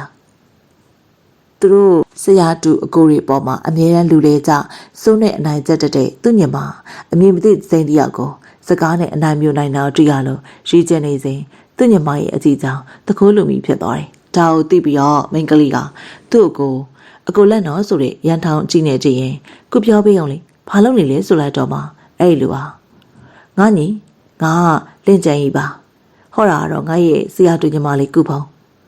ငါတို့ဆရာတော့မီးလန်ဝါပိုင်စမ်းမှာမင်းကြားဖို့ပါပါအဲ့လိုရှိမှန်းစွာမိတ်ဆက်လိုက်ရလူပိုင်ကြီးကမနေသားတော့ပဲကျွန်တော်နာမည်လူပိုင်ကြီးပါကျွန်တော်ဆရာကတော့လူထူးဆန်းတိုင်းဆရာရှောင်းလိဖုံမှာအဲ့လိုဆိုတော့အိုးငါတို့သိတာပေါ့ဆရာကပြောပြဘူးလေလူထူးဆန်းရာစာအကြောင်းလေမင်းကမူရเจ้าမြင်နေရငါထင်တော့တင်သားဟန်ဆောင်မှုရှင်ပြီးမမာနကင်းစွာပြောလိုက်ရလူပိုင်ကြီးကအဲ့လူကိုခင်မင်သွားတော့တယ်လင်းချန်ကြီးကမင်းအတွင်းနဲ့ရထားရမလားငါအတွင်းအားစိုက်ထုတ်ပြီးတော့ကုသပေးမယ်ဆိုရင်ရောလူပိုင်ကြီးကအားနာသွားပြီးရပါတယ်ကိုရကျွန်တော်မြို့သွားပြီးတမတော်နဲ့ကုလိုက်ကောင်းသွားမှာပါအဲ့လိုညှင်းဆန်လိုက်ပါတယ်ဒါကိုမကြည့်မနှက်နဲ့ကုဖုံကအဲ့ဒါကြည့်ကိုလက်လူကြည့်တော့တန်ရသိကနီလေတန်းကမရှုံအဲ့ဒါမျိုးမှာကုဖုံတော့ရှောက်အောင်ကုပေးစင်တာမကုပဲဒီကခြေလန်းတလန်းတိုးရင်တိုးကြည့်အဲ့လိုဒေါနဲ့မောနဲ့ဝင်ပြောလိုက်တယ်လေချန်ကြီးကသူ့ညီမကိုသဘောတကျသလိုကြည့်ရနေကဲလူပိုင်ကုဖုံးကကုပေးချင်တာကုပေးလိုက်ပါတော့ကြတန်ရာနဲ့မသေးပဲကုဖုံးလုံးမှသိလိုက်မယ်လူပိုင်ကြီးကိုခွန့်တောင်းတယ်လို့တိုက်သွင်းတယ်လို့နဲ့အဲ့ဒီမိန်းကလေးရဲ့ခြေတလန်းတိုးရဲ့တိုးကြည့်အဲ့ဒီစကားကြောင့်ထောင်းကနေဖြစ်သွားတဲ့စိတ်ကိုရှော့ကကောင်းပါပြီကုပေးချင်နေဆိုရင်လေကုကြတာပေါ့အဲ့လိုတုတ်ပြန်ရင်တက်ပင်မှာထိုင်ချလိုက်ရကုဖုံးကအခုလက်ညီမကုပေးမယ်အခုလက်ကညီမတဲ့တိုင်းပညာကောင်းတော့ဘေးကအနေပြုမဲ့သူတွေကိုစောင့်နေအဲ့လိုအမိန်ပေးလိုက်တာကြောင့်လင်းကျန်းကြီးကကောင်းပါပြီတခင်မလေးအဲ့လိုရှင်းအောင်နောက်နေစားလိုက်ရကုဖုံးကမျက်စောင်းတစ်ချက်ချိုးလိုက်ပါတယ်လူပိုင်ရဲ့နောက်ကျောဘက်ကထိုင်ဆောင်လိုက်တယ်လူပိုင်ကြီးကကျမနောက်ကျောကနေထိုက်ကြည့်သွေးကြောနဲ့တူမိသွေးကြောအတွင်ရောက်ပို့ပေးမယ်ရှင်ရပုံမှန်အဆိုင်အတွင်ရောက်ကိုလှည့်ပြီးတော့လေ့ကျင့်ပေးပါလို့အမိန်ပေးပြီးတော့သူ့ရဲ့ကြောပြအောင်တေးသွဲနူးညံ့တဲ့လက်ဝါးလေးနဲ့ထိကပ်လာကလူပိုင်ရဲ့ကြောပြအားတစ်စင်ပူနွေးရဲ့အတွင်အားတွေဝင်ရောက်လာပါတယ်လူပိုင်ကြီးကအတွေ့အထိကိုအာယုံဖြောက်ကအတွင်အားကိုသာအာယုံဆိုင်ပြီးတော့လှည့်ပတ်နေလိုက်ပါတယ်ဟူတန်ကိုင်းရဲ့ကံကြမ္မာဆိုနဲ့မရဏလက်လက်ပုံတိုင်းလောကကြီးတစ်ခုလုံးမှာကြေးရလဲရှိပါတယ်အဲ့ဒါကတော့မျက်နှာပုံးစုပ်ပြီးအနှဲ့ရောင်ဝေးရုံဝေးတိုင်းသမားတွေဟာတတိတကိုင်းလေးကဖြစ်ကတိုင်းလောကမှာရှိရဲ့အဖွဲ့အစည်းတည်တည်ကိုအစောကြီးရာဝင်ရောက်ပြည့်နှက်လျက်ရှိရဲ့ဆိုတဲ့သတင်းပဲဖြစ်ပါတယ်အဲ့ဒီသတင်းနဲ့တွဲလျက်ပါလာတာကတော့အနှဲ့ရောင်တိုင်းလောကမှာအဲ့ဒီအဖွဲ့အစည်းရဲ့လက်အောက်ကိုကြားရောက်နေရဲ့ဆိုတဲ့သတင်းပဲဖြစ်ပါတယ်အဲ့ဒီသတင်းသားမှတ်နေရင်တော့တိုင်းလောကရှိရတော့ရတက်မအေးစရာပါပဲ။ဘာကြောင့်လဲဆိုတော့အနက်ရောင်တိုင်းလောကအနက်ပင်ဖြစ်တော့လေအင်းအားများလာတယ်မဟုတ်ပါလား။ရှောင်းလင်းကျောင်းတော်ကလေတကူတော်ဝင်ရောက်ပြီးတော့ကျန်းစာတဲ့အတွဲမှာဗရဏဆရာတော်နဲ့တိုက်ခိုက်တဲ့သူဟာဆရာတော်ကိုယ်တော်မှအသာစီးကနေတိုက်ကလွတ်မြောက်သွားတာကြောင့်ကျောင်းတိုက်လုံခြုံရေးကိုဂရုပြုလျက်အဖွဲ့အသီးသီးမှတရှိုးတွေရှိနေရဲဆိုတဲ့သတင်းကြောင့်အဖွဲ့တန်ရှင်ပြုလုပ်ကစိတ်မချတဲ့သူတွေကိုထိမ့်သိမ်းဆောင်ရှောက်နေရတာကြောင့်မဟာမိတ်ပြောင်တိုင်းလောကသားတွေကိုစူးစီးခြင်းခေါ်ယူဆွေးနွေးခြင်းတွေမလုပ်နိုင်သေးပဲကိုယ့်အဖွဲ့ကိုသာအစွမ်းကုန်ဂရုစိုက်ကြဖို့စာပုတ်ကိုလွတ်ရ၎င်းတမန်လွတ်ရ၎င်းအထူးသတိပေးတိုက်တွန်းထားလိုက်ရပါတယ်။မှန်ပါတယ်။တိုင်းလောကအုပ်ဆောင်လေးဖြင့်အတွင်းစည်းဖြစ်တဲ့ရှောင်းလင်းကျောင်းတော်ဟာတောင်တင်းခိုင်မာကြီးလို့သာအခုချိန်ထိရှောင်းလင်းဆိုပြီးတော့တရှိနေပြီးတိုင်းလောကအုပ်စိုးဖို့ကြိုးပမ်းနေကြတဲ့ဤကဲ့သို့သောရန်သူတွေကိုရင်ဆိုင်ရှင်းပြိုင်နိုင်ခဲ့လို့ပါပဲ။တိုင်းလောကဧကရိယာတို့ကိုများများဆဆမပေးခဲ့ရတဲ့တမိုင်းကျောင်းတွေလည်းရှိခဲ့တယ်မဟုတ်ပါလား။ဒါပေမဲ့ခုချိန်မှာတော့အဲ့ဒီရန်သူဟာရှောင်းလင်းကိုတော်မှရန်စစောကားပြီးတိုင်းလောကတစ်ခုလုံးမြေလံနေပြီးဖြစ်ပါတယ်။ဝင်းကမာတောင်တန်းဟာတရုတ်ပြည်ရဲ့အရှေ့လေပိုင်းမှာတည်ရှိပြီးတော့တောင်တန်းဖြစ်တည်နေဟန်ကတော့ကွေးကောက်လဲပတ်နေကရှီလျားလွန်တာကြောင့်ဝင်းကမာတောင်တန်းဆိုပြီးတော့နာမည်တွင်ခြင်းဖြစ်ပါတယ်။အဲ့ဒီဝင်းကမာတောင်ကျောကြီးရဲ့ရာဘတ်အစောမှာရှိရတောင်ကဦးတန်းတောင်ဖြစ်ပြီးတော့ဝင်းကမာတောင်တန်းကြီးနဲ့အနှဲငယ်ထိဆက်လျက်ရှိရာကြောင့်ရှေးခါတော့ကတော့ဝင်းကမာတောင်ခွေဆိုပြီးတော့မှကော်တွင်ကြတော့လေအခုခါမှာတော့ဦးတန်းခိုင်းရဲ့ဌာနချုပ်ပေါ်ပေါက်လာတဲ့အတွက်ကြောင့်မလို့ဦးတန်းတောင်ဆိုပြီးတော့နာမည်တင်သွားခဲ့ပါတယ်။ညတကောင်ရမှာညပိုးမွားရဲ့အုံမြေတန်ကလည်းပြီးအရှာအားလုံးဟာတိတ်ဆိတ်မှုသာကြီးစိုးလျက်ရှိပါတယ်။ည ငိမ့်သက်ချင်းဟာညရဲ့အယုတ်လရဲ့အမှတ်သားဖြစ်တော်လေကဘာမြေပေါ်မှာဖြာကျနေရဲ့အလင်းရောင်ဝိုးတို့ပါအောက်မှာလှုပ်ရှားနေရဲ့အရိပ်ရောင်တွေကိုတွေ့မြင်နေရပါတယ်လူသားတို့အိပ်စက်နေရမယ်တကောင်ရဲ့အချိန်မှာလှုပ်ရှားနေရဲ့အရိပ်တံတွေဟာလူသားတွေဖြစ်နိုင်ပါမလားမမားတော်လည်းမမှန်ရှင်းဆိုပါလှုပ်ရှားနေရဲ့အရိပ်တံတွေကလည်းအမှန်ပင်လူသားတွေဖြစ်နေကြပါတယ်တိတိပပဆိုရမယ်ဆိုရင်တော့အနက်ရောင်ကိုချက်အင်ကြီးဝစ်ဆန်ထားတဲ့သူတွေဖြစ်ပြီးတော့အယောက်90ခန့်ပါဝင်ပါတယ်အဲ့ဒီလူသားတွေကညရဲ့တရုတ်ကိုစန့်ကျင်ပြီးတော့လှူရှားနေကြတာကြောင့်လူမဟုတ်ဘူးဆိုရင်လည်းမှားတော့မယ်မချမ်းပါဘူးသိကြတာတော့အဲ့အနက်ရောင်ဝဲလူတွေကလူဆိုတဲ့ခန္ဓာကိုယ်သာယူပြီးတော့လူစိတ်မရှိရဲ့မိစ္ဆာတွေပဲဖြစ်ပါတယ်ဒါကြောင့်လူမိစ္ဆာတွေကဦးတန်းတောင်ပေါ်ကိုတက်ပြီးတော့ဦးတန်းကိုင်းသားတွေရဲ့သွေးကိုဖောက်ထုတ်ဖို့အားထုတ်နေခြင်းဖြစ်ပါတယ်အနက်ရောင်ဝဲလူတွေကတစုတဝေးတဲ့ပင်လက်နက်တွေကင်ဆယ်ပြီးဦးတန်းတောင်ပေါ်တက်ရောက်သွားကအိမ်ငိုင်နေရဲ့အဆောင်ကိုတက်ပြတ်သွားကြရာမကြမီအချိန်တွင်းမှာပင်တောင်ထိပ်ဌာနချုပ်တီနီရောက်ရှိလာကြပြီးတော့အုပ်စုနှစ်စုခွဲကအဆောက်အုံရဲ့ဘေညာနှစ်ဖက်ကိုတိုးဝင်သွားကြပြီးတော့တွေ့ရတင်တိုင်းဓာမဆိုင်တက်ဖြတ်ကြစဉ်အိတ်ဆက်တဲ့ဝူတန်ခိုင်းသားတချို့နိုးလာကြပြီးရန်သူဟေးရန်သူရောက်နေပြီပါဇက်ကလည်းအော်လက်ကလည်းရှာရလက်နက်တွေကိုကင်ဆွဲပြီးတော့ခုခံတိုက်ခိုက်ကြတဲ့တိတ်ဆိတ်တဲ့ညတကောင်ရင်ဟာရုပ်ကြီးပြီးစွညံစွာနိုးထလာပါတော့တယ်တို့ဖြစ်ပါတော့လေကြိုတင်ပြင်ဆင်ပြီးတော့အင်အားကြီးမှတဲ့ရန်သူတွေရဲ့အသီးပုံကတော့ဒုတွေကြီးမားလွန်တာကြောင့်စွညံစွာနဲ့အော်ဟစ်တန်တွေနဲ့အတူအနက်ရောင်ဝဲလူတွေဟာပေညာနှစ်စုစီအုပ်စီးသွားပြီးတော့ရှောင်းလီကတိုင်းလောကအုပ်ဆောင်ဆိုရင်ဝူတန်ကတိုင်းလောကမန်နိုင်လို့ဆိုမယ်ဆိုရင်ညင်းပယ်မဲ့သူမရှိနိုင်နဲ့ဝူတန်ကိုင်းကြီးကတိတ်ဆိတ်တဲ့ညအမောင်မှာလူမိတ်စာတွေရဲ့စနက်နဲ့ပြိုကွဲပျက်စီးသွားပါတော့တယ်ကုဖောင်ကအတွင်အားပတ်ဖို့ပေးနေရကြောင်းလူပိုင်ရဲ့အတွင်အားလှည့်ပတ်လိုက်ရမှာအစာပိုင်းမှာတော့အနေငယ်အချိန်ငေါရှိပြီးသွေးတစ်ချက်နဲ့ချက်များအန်တော်လေကုဖုံးကဆက်လုပ်ပါလို့တိုက်တွန်းတာကြောင့်ဆက်လက်ပြီးအတွင်အားလှည့်ပတ်ကူစားရတဖြည်းဖြည်းအသားကျပြီးအစိမ်ချောလာပြီးတော့ဖြော့တော်ဖြူရော်နေတဲ့လူပိုင်ရဲ့မျက်နှာကသွေးရောင်လွှမ်းလာတယ်။ဓမီရိုတလုံးချက်ကန်အကြမှာတော့လူပိုင်ကြီးကလေးကျင်မှုကိုရက်ဆိုင်လိုက်ရာကုဖုံးကလည်းအတွင်အားအရှိန်ကိုအလိုက်တင်ရှော့ချကလုံးဝရက်ဆိုင်လိုက်တော့တယ်ဘယ်လိုလဲတက်တာသွားပြီလားကုဖုံးကချွေးစုပ်နေတဲ့မျက်နှာလေးနဲ့ဂရုဆိုင်မေးလိုက်ရာဒီမင်းကလေးကစိတ်ကောင်းတော့ရှိတာပဲငငယ်လေးနဲ့အတွင်းကလည်းကောင်းလို့နေအဲ့လိုတွေကအကိုတက်တာသွားပါပြီညီမပြန်သွားပြီခဏနားလိုက်ပါလားလူပိုင်ရဲ့ကျန်နာစကားကြောင့်ကုဖုံးကမျက်နှာလေးနေရသွားမှလူပိုင်ကမိမိရဲ့စကားအတုံးတော်ကိုသတိရသွားပြီးခေါင်းကိုငိုက်ဆိုင်ချထားမိလိုက်ပါတယ်ကုဖုံးကလည်းရှာရီကိုညီမဘာမှဖြစ်ပါအောင်အဲ့လိုရှက်ရွံ့ဟန်လေးနဲ့ဆိုပါတယ်အဲ့ဒီနောက်ခက်လက်လက်မှာကင်းဆောင်ပေးနေတဲ့လင့်ကျန်းကြီးစီကိုအတူရှောက်လန်းသွားရင်းနဲ့တယောက်မျက်နှာတယောက်ကြည့်မိကမလုံမလဲနဲ့မျက်နှာပြန်လွှဲလိုက်မိကြတော့လေကိုစီအတွေ့ထဲမှာတော့ဆွဲသွားကြပြီဖြစ်ပါတယ်အချက်အဲ့ဒီအရာကတစုံတစ်ယောက်ကိုတခါတရံမှာအင်အားကြီးမှစီပြီးတခါတရံမှာတော့အင်အားမဲ့စီတဲ့မစွတ်ခင်ကညွတ်လေတဲ့ပန်းရိုင်းတပွင့်နဲ့အတောင်ဆုံးအပြန်တင်စေတိုင်းလူတွေကတော့ကန်ကြမာမုံတိုင်းတွေအောက်မှာမာယာကျွေးရဲ့အချစ်ကိုအမိပြုတ်ပြီးဘယ်လိုပဲပုံခီးဆက်ကြရဲဆိုတာကိုလင့်ကျန်ကြီးကမမိစီကိုလာနေသူနှစ်ယောက်ကိုနားလေဖို့ခက်တဲ့အကြည့်မျိုးနဲ့တရင်ကမြကြည့်ပြီးကျုံးရှင်တဲ့မျက်နှာပေးနဲ့ညီမလေးအဆင်ပြေရလားဒီဟာလူပိုင်ရောတတရလားလို့စီးကြုံမင်းခေါင်းတစ်ချက်ဆက်ပြီးတော့နည်းနည်းလေ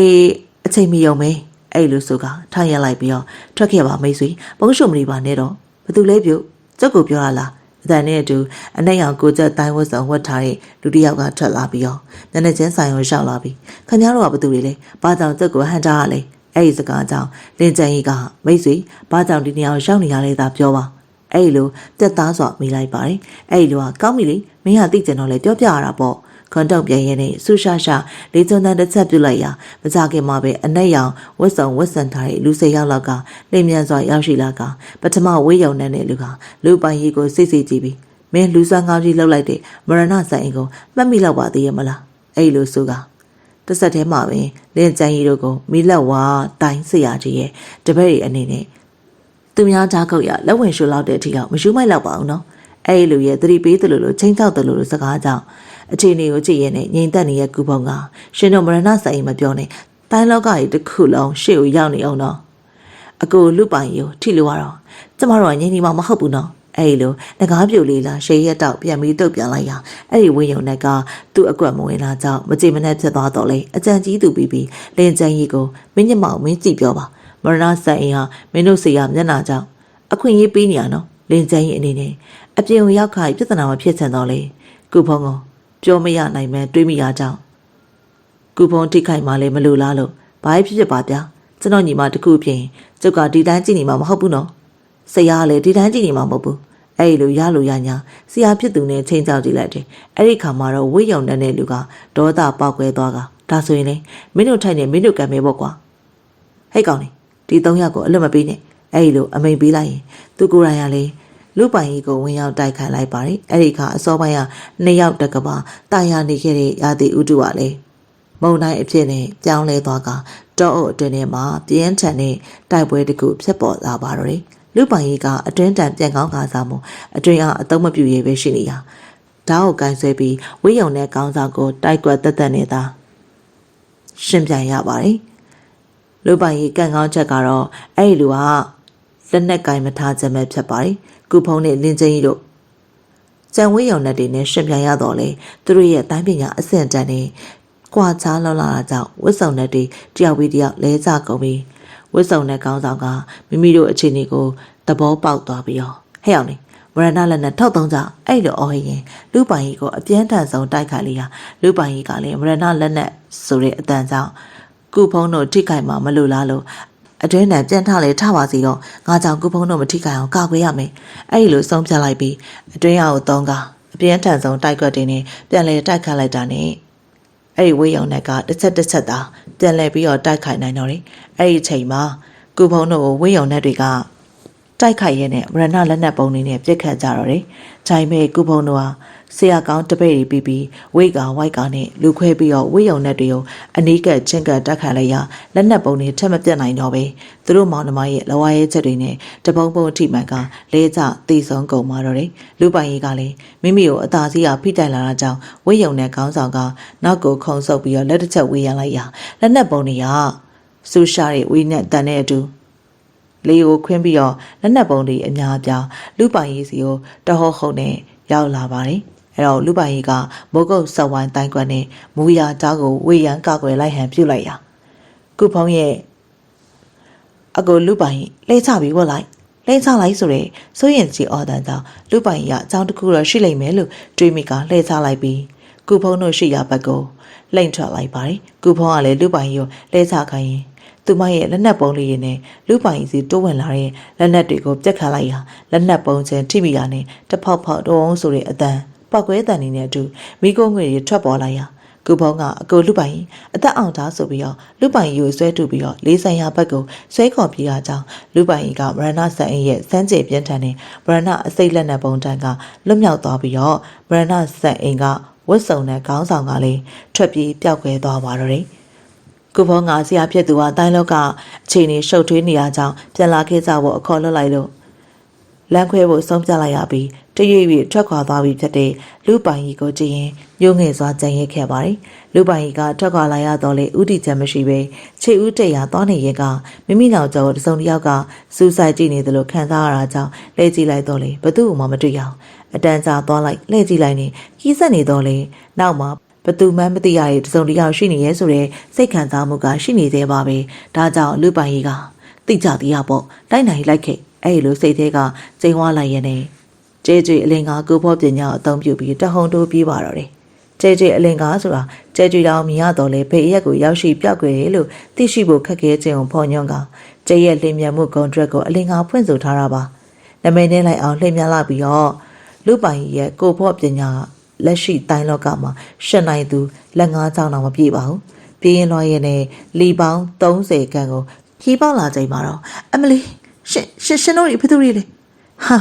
ာဘသူတွေရမှာလဲမင်းရဲ့ကြင်ရတော်တွေပဲပေါ့အဲ့လိုမိန်းကလေးတယောက်ရဲ့ကြောက်လန့်တကြားမင်းမြန်းတန်တဲ့အတူယောက်ျားတယောက်ရဲ့ကြည်နက်အားရမော်ကြွားကြအတန်ကိုကြားလိုက်ရတာကြောင့်လူပိုင်ကြီးကအပြေးအရှိန်ကိုလျှော့ကအတန်လာရဘက်ကိုချင့်ကလိုက်တော့တစ်ပင်ရိပ်အောက်မှာအလွန်အင်မတန်ချောမောလာပါတဲ့မိမပြိုလေးတူအမဲဖြတ်တဲ့ဟန်နဲ့ဝိုင်းထားတဲ့တိုင်းဝတ်စုံအနက်ကိုကျက်အင်ကြီးတွေကိုဝတ်ဆန်ထားကြတဲ့လူ9ယောက်ကိုတွေ့လိုက်ရတယ်။အဲ့ဒီမြင်ကွင်းကြောင့်လူပိုင်ကြီးကဒေါသထွက်သွားတော့လေပ ထမအချိန်ဝင်ကေကောင်းတာကြောင့်မိမရှာမယ်ကိန်းစိုက်ထားတာနေဒီမိန်းကလေးတယောက်တည်းတော်ရင်းမြတ်မဲရောဘာလို့တာလဲအဲ့လိုတွေးလိုက်မိလို့အသာငြိမ်နေပြီးအခြေအနေကြီးလိုက်ပါတယ်အဲ့မိန်းကလေးကဒေါသထွက်သွားတာလားတရုတ်ဝတ်ထားတာလားမသိရပဲအစောအပိုင်းနဲ့မတူကွဲပြားတဲ့လေတန်းနဲ့ရှင်တို့မယန်းလာကြည်လားပတ်သက်သေးရင်ဘလို့အကျိုးခံစားရဲဆိုတာမသိသေးဘူးထင်တယ်အဲ့လိုမန်ပါပါပြောရင်းနဲ့ဒရကြန်တိုက်ခတ်လိုက်ပါတယ်အဲ့လူရန်က9ယောက်တို့ဟာတာဟာရှိလျက်ခုခံကာကွယ်ရင်ဒေါသလည်းကြီးလိုက်တာရှုပ်လီးမိမမလိုက်ဘူးကွယ်အဲ့လိုတမျိုးကိုကြီးတို့ဟာဒါမျိုးမှချက်တာအဲ့လိုတဖုံနဲ့တယောက်တမျိုးစနောက်ကြည့်စေကြရင်ကျောင်းကကြက်ကိုကစားသလိုမထိတထိတိုက်ခါကြရအဲ့ဒီမင်းပြူဟာဓာပညာထက်မြက်တော်လေဝတ်စုံတဲ့လူတွေကဝင်းကဘာတပွဲအတူအလှုပ်ညီများစွာနဲ့ပူတွဲတိုက်ခိုက်ကြတာကြောင့်မရှက်နိုင်ပဲအပေါ်တန်တန်ရာတွေမကြခဏရရှိလာပါတယ်အဲ့ဒီခါမှာတော့ဝတ်စုံတဲ့တယောက်ကဟေ့အမှတ်3အရမ်းမလုံးနဲ့ထိကောင်အောင်မယ်ကွာတန်ရာနဲ့ဘန်ကချစ်စရာမကောင်းဘူးအဲ့လူဆိုပြီးသူ့စကားသူပြန်သဘောကျပြီးတော့ရှင်မောလိုက်တာနဲ့အပေါ်တွေကလေဟုတ်တယ်ကွာအရမ်းမထိစေနဲ့ကွာတယောက်တစ်ပေါက်စူညံစွာထောက်ခံလိုက်ပြီးမိမပြူကိုမထိခိုက်စေဘဲနဲ့လက်ပန်းကျပြီးတော့အားကုန်သွားစီဖို့သာချုပ်ပြီးတော့တိုက်ကြတော့တယ်အဲ့ဒီခါမှာတော့မိမပြူကတတ်တာသွားတော့လေဒီပုံတိုင်းဆိုရင်သူမဘဝဆုံးဖို့ဟာတေးချနေပြီဖြစ်လို့သူမရဲ့အပြင်းထန်ဆုံးသောသူသေးကိုသေးတိုက်ကွက်ဖြစ်တဲ့တေမင်းကျော်ဓာကွက်နဲ့အနိကဆုံးသောဝိယုံနဲ့ရဲ့ရှင်ဝါကိုထုတ်ခုတ်လိုက်ရာအဲ့လူဟာအတွေးပေါ်လာတာတော့သူမရဲ့ဓာကန်လက်ကိုနောက်ဆုတ်သွားစေဖို့အရှောင်ပြထုတ်ခုတ်လိုက်ပြီးနောက်ဆုတ်ချိန်မှာခြေထိုးကန်လိုက်မယ်ဆိုရင်သူမကလဲချသွားပြီးတော့ချုပ်ကန်နိုင်လေပြီဆိုပြီးတော့အဲ့အကျန်သမားတိုးဝင်လာတဲ့သူမရဲ့လက်ကိုဓာတ်နဲ့အရှောင်ပြ6လန့်ခုတ်လိုက်ပြီးတော့မင်းပြိုနောက်ဆုတ်ချိန်မှာခြေထိုးကန်မို့ရှေ့ခြေတလန်တို့ကလဲချနေချိန်မှာတခါတည်းပွေဖက်လုံးထွေလိုက်ပို့တော့မှတွေးမိသွားကသူ့ရဲ့လက်ကအရှောင်ပြအခုတ်ရှေ့တလန်တို့ခြေထိုးပွေဖက်လုံးထွေဖို့ဓာတ်ကိုပြစ်ချလိုက်တာနဲ့အဲ့လူကရှေ့ကိုငိုင်းဆိုင်ဖြစ်သွားပြီးတော့မင်းမပြိုရဲ့ဓာတ်အသာရှင်ဘတ်တက်တိတ်ကိုတိုးဝင်သွားပါတော့တယ်ရိတ်ချီကိုနားမလည်ပဲရွှေညံတော်ဆူလွန်လာတဲ့အကျန်သမားငါးပိုက်သားတယောက်ကတော့ရှင်ဘက်ကိုထုတ်ချမ်းပေါက်စိုက်ဝင်သွားတဲ့ဓာတ်ချက်နဲ့လောကကြီးကိုနှုတ်ဆက်ထွက်ခွာသွားပြီးဖြစ်တယ်။တိမ်မင်းပျော်ဓာတ်ကွက်ကတော့အမှန်တကယ်ပင်တိမ်မင်းပျော်သေးတဲ့ဓာတ်ကွက်ပါ။ဘာကြောင့်လဲဆိုတော့တေဖို့ကြောက်စိတ်မရှိတော့တဲ့အချိန်မှာနေရအထက်တေရတာပိုကောင်းလိမ့်မယ်။အဲ့လိုတွေးတော့ချိန်မှာအဲ့ဓာတ်ကွက်ကိုအသုံးပြုလိုက်ရခြင်းဖြစ်လို့အဲ့ဓာတ်ကွက်ကိုသုံးတဲ့သူဟာမိမိဟာကွက်ဟုသမျှအကုန်ဖွင့်ပြီးမိမိကိုတိုက်ခိုက်မှာကိုမမှုပဲရှေ့ကိုတိုးအောင်မှဖြစ်တယ်တပတ်ရန်သူအပေါ်မူတည်ပြီးတော့သူမသိကိုသေးရမယ်တကယ်ကိုသူသေးကိုသေးတိုက်ခွက်ဆက်ဆက်ပဲဖြစ်တယ်မဟုတ်လားအဲ့လူရဲ့အဖြစ်ဆိုးကြောင့်ကြံဖော်တို့ကကောက်မနင့်ရောငါတို့ကမတက်ချင်လို့လှုပ်ပေးထားတာငါတို့အကြောင်းကောင်းကောင်းသိစီရမယ်ကွာဟုတ်ပါတယ်အဲ့လူ9ယောက်ကစီကတ်မဲ့ရန်ကားသူတွေဖြစ်တော်လေအမျိုးကိုထိရင်တော့မကြည့်အောင်နာတတ်သူတွေဖြစ်ပါတယ်ခံမြန်းဒေါသဖြစ်ရနဲ့ချိန်မောင်းပြီးရနဲ့ပြင်းထန်စွာတိုက်ခိုက်ကြတော့တယ်တိုက်ပွဲကပြင်းထန်လွန်လာပြီးဖြစ်ပါတယ်မိမပြိုအနေနဲ့တယောက်ချင်းနိုင်တော့လေအများနဲ့ဝိုင်းတက်ခံရပြီးတော့အဲ့လူတွေကလည်းအပေါ်ပြစ်သူတိတ်ဆုံးသွားတာကြောင့်ဒေါသတွေဖြစ်နေကြရာအညာကြမဲ့အဆက်ဆက်ဆုံးတိုက်ကွက်တွေနဲ့တိုက်ခိုက်ကြတော့တယ်အဲ့ဒီကမိမပြိုကတိုက်ကွက်တောင်မထုတ်ပေါ်နိုင်တော့ပဲကျုံတလို့ခုခံနေရကလက်မောင်းနဲ့ကြောပြင်းနေမှာဓာတ်တန်ရာရရှိကဒီပုံတိုင်းဆိုရင်တော့နောက်9ကတ်အတွင်းမှာတိတ်ဆုံးရတော့မှဖြစ်လို့လူပိုင်ကြီးကမနေသာတော့ပဲဟိတ်ကနေကျေလောင်စွာမှန်သွင်းတဲ့နဲ့အတူမူရဓာတ်ကိုကိုင်းကတိုက်ပွဲဖြစ်ရာကိုပြေးဝင်လိုက်ပြီးဝင်းယုံနဲ့တွေကိုအကြမ်းဆုံးအယမ်းဆုံးတိုက်ခိုက်လိုက်ရာတခုတုံးနဲ့လေတူးတန်နေဓာချန်ထိတန်နေလက်ဝါးရှိုက်တန်နေနဲ့အတူဝင်းယုံနဲ့တွေဟာအဝေးကိုလွတ်ဆန်သွားတော့တယ်ခလန်းလန်းကစူးရှာရှိလျားတဲ့လေးချွန်တန်တချို့ထွက်ပေါ်လာရာဝင်းယုံနဲ့တွေဟာကုန်းကျုံထားပြီးဝင်းယုံနဲ့တွေဟာကုန်းကျုံထားပြီးတော့လေးချွန်တန်ထွက်ပေါ်လာရာကိုရှိုင်းနေစွာနဲ့ပြေးဝင်ပြောက်ကွယ်သွားကြတော့တယ်အဲဒီလေးချွန်အချက်ပြသူကတော့ဘာလို့လဲဝင်းယုံနဲ့တွေဟာအတန်ကြားကနေဘာကြောင့်ပြေးသွားရလဲဒါကတော့လူပိုင်ရဲ့အတွေ့အကြုံဖြစ်ပါတယ်။အဲ့ဒီအချိန်မှာမင်းမပြိုကလူပိုင်အနာကိုရှောက်လာကတာယာချုံမြရဲ့အတန်လေးနဲ့မောင်လေးအခုလိုကဲတင်ပြရကျေးဇူးများရဲ့တက်ပါတယ်နော်။အမနာမည်ကရန်ဤလန်ပါ။မောင်လေးရဲ့နာမည်အောင်လူပိုင်ကြီးကမိန်းကလေးကိုတစ်ချက်ညာကြည့်လိုက်ပြီးမျက်နှာပြန်လွှဲကကျွန်တော်နာမည်လူပိုင်ကြီးပါ။အမရန်ဤလန်မင်းမပြိုကလူပိုင်ကြီးရဲ့ရှက်ကူးရှက်ကန်အမူအရာကိုသဘောကျတယ်လို့တစ်ချက်ပြောရလိုက်မောင်လေးရဲ့အမရန်ဤလန်ဆိုတော့မောင်နီမှာပေါ့နော်မမလိုပဲခေါ်ပါဟုတ်ကဲ့အမမမလျံဤလန်ကတော့ပြုံးနေပါတယ်အဲ့ဒီပြုံးရဲ့နောက်ကွယ်မှာဘာရှိရဲဆိုတာကိုတော့အဲ့ဒီလျံဤလန်သာသိနိုင်မှာဖြစ်တယ်နောက်တော့လျံဤလန်ကမောင်လေးဒီကိုဘာလာလို့တာလဲ လူပိုင်ကြီးကကုဖုံးတို့နဲ့လမ်းခွဲထွက်လာပြီးနောက်ပိုင်းဖြစ်ရက်တွေကိုပြောပြလိုက်ပြီးတော့မမရောဒီဘလို့ရှောင်းနေရလဲအဲ့လိုမိမိသိချင်တဲ့မိကုံအထုတ်လိုက်တော့လျံဤလန်ကနတ်နာလေးကစိတ်တိကရနဲ့ညှိုးငယ်သွားကပြင်းညင်းစွာနဲ့မမဒီကိုဖေဖေအတွက်လာခဲ့တာပါဖေဖေကလင်ချမ်းမြို့မှာမသိရသူမရှိတမားတော်ကြီးလျံဖုံးတွေတဲ့ဒီနေ့မှအစိတ်မိထားတဲ့လူနာတယောက်ဖေဖေစီကိုရောက်လာပြီးတော့စိတ်ကူတယ်ဒါပေမဲ့အဲ့ဒီအစိတ်ကိုဖေဖေမပြေနိုင်ခဲ့ဘူးထိန်းရုံပဲထိန်းထားနိုင်ခဲ့တယ်ဖေဖေကလက်မလျှော်ဘဲနဲ့လူနာအိမ်မှာပဲကုထားပေးရတဲ့ဒီနေ့မှအဲ့လူနာစိတ်ဖောက်ပြန်ပြီးတော့ဖေဖေလက်ကိုကတ်လိုက်တယ်လေအဲ့ကလေးကဖေဖေကတမမန်တွေ့နဲ့ဖြစ်လာပြီးအစားလေးမဝင်အိတ်လည်းမပြောနေစိတ်ကြောက်ကြောက်ကြားတွေဖြစ်လာတယ်မမတို့ကတခြားမျိုးတမားတော်ကြီးကိုပွင့်ပြီးတော့ပြကြည့်ရောမှဖေဖေမှာကြောက်စရာကောင်းတဲ့အစိတ်မိသွားတယ်လို့သိရတာပဲခတ်တာအဲ့ဒီတမားတော်ကြီးကလည်းဖေဖေကိုပြောက်အောင်မကုနိုင်ဘူးလေတိုးမလာအောင်ပဲထိမ်မြထိနာနိုင်ခဲ့တာအရှင်းပြအောင်စိတ်မြက်တစ်မျိုးရှာမှဖြစ်မယ်အဲ့ဒီစိတ်မြက်ကဟူကြီးတောင်မှရှိတတ်တယ်ဆိုလို့အရှဲဆုံပြီးမမတယောက်တည်းထွက်လာခဲ့တာပဲဟုတ်လားမမဘယ်လိုမျိုးလဲရင်ကျွန်တော်လေးကူရှာပေးမယ်လေဟူကြီးတောင်ကျွန်တော်လေးလိုက်ခင်မယ်နော်မမအဲ့ဒီစကားကြောင့်လျက်ဤလန်တယောက်အကျော်လွန်သွားကလူပိုင်ကြီးကိုပွေဖက်ခုံပေါက်ချင်စိတ်တွေမနှေးကိုထိန်ထားလိုက်ရပါတယ်ဟုတ်ပါတယ်လေသူမလေးလူပိုင်ကြီးကိုလိုက်ပါကူညီဖို့တောင်းဆိုနေရမှာဟုတ်ပါလားလာမောင်လေးဟူကြီးတောင်သွားကြမယ်အဲ့လိုတက်ကြတာဆိုရင်အတူချီတက်သွားတော့တယ်ဟူကြီးတောင်ပတ်ဝန်းကျင်တစ်ခုလုံးစိမ့်လန်းတာယာလေးရရှိပြီးတော့လေပြေလေညင်းလေးတွေတိုက်ခတ်ပြီးတစ်ပင်ကြီးငယ်တို့ကကြပြဆန်းဆန်းစီးချက်ညီညီကကျိုးတည်နေရဲ့အဲ့ဒီချိန်မှာနေမင်းသမီးတော်လေးဟာတနေ့တာတောင်းရင်ထမ်းဆောင်ထားတာဖြစ်လို့တောင်ဆောင်ကိုနွမ်းလျစွာမေးကျင်ထားလျက်ပင်ပင်မနေကြကခွဲခွာခြင်းဟန်မရှိပဲလက်ကျန်အင်အားလေးနဲ့ကဘာမြေကိုအလှဆင်နေရဲ့နံပါတ်ကြီးပြိုင်တော့ရှုံးရမယ့်သဘာဝတရားရဲ့အလှကိုလူလင်ငယ်လေးတဦးနဲ့လုံမပြိုလေးကချက်မှန်အားပြေထားတယ်လူလင်ငယ်လေးရဲ့တီကြီးခန့်ညားတဲ့မျက်နှာမှာရင်ကုန်စိတ်လှုပ်ရှားခြင်းရှက်ရွံ့ခြင်းဆိုတဲ့စေတမျိုးချဲတာထားပြီးလုံမပြိုကတော့လေအဝိမှာစီးမျောနေတဲ့ပတုံးရောင်စက်နယ်လေးတွေကိုအသားရည်ပြည့်ဖြိုပြီးခါသေးရင်ကြီးပတုံမနီဆိုတဲ့ရှေးဆိုတဲ့အညီမိုးမောက်တဲ့ရွှေရင်အစုံတိမ်ကျဲတဲ့ခါစိတ်ကားရဲ့တင်ပြီးတော့အရှိုက်အဟိုက်အမို့အမောက်လျော်ညီစွာနဲ့လှပတဲ့ခန္ဓာကိုယ်ကောက်ကြောင်းဖြူဝင်းတဲ့အသားအိတ်ကိုရွှေအိုးရောင်ပတ်ပြန်းလျက်ခန္ဓာကိုယ်ကောက်ကြောင်းနဲ့လိုက်ဖက်တဲ့မနှိမ့်မမြင့်တင့်တဲ့အနေအထားမှာလှပဆွဲဝဲဖွယ်ရမျက်နှာအလှကတော့တွေ့မြင်သူတိုင်းနှက်ခပြက်မကစိတ်ကားပြန်အောင်ငေးမောရမယ်ရှုမကြီးပွဲအလှသွေးကြွယ်နေရနေမင်းသမီးလေးကအလိုတော်မကျစိတ်တော်ညိုပြီးလက်ကျန်အလင်းရောရုပ်သိမ်းက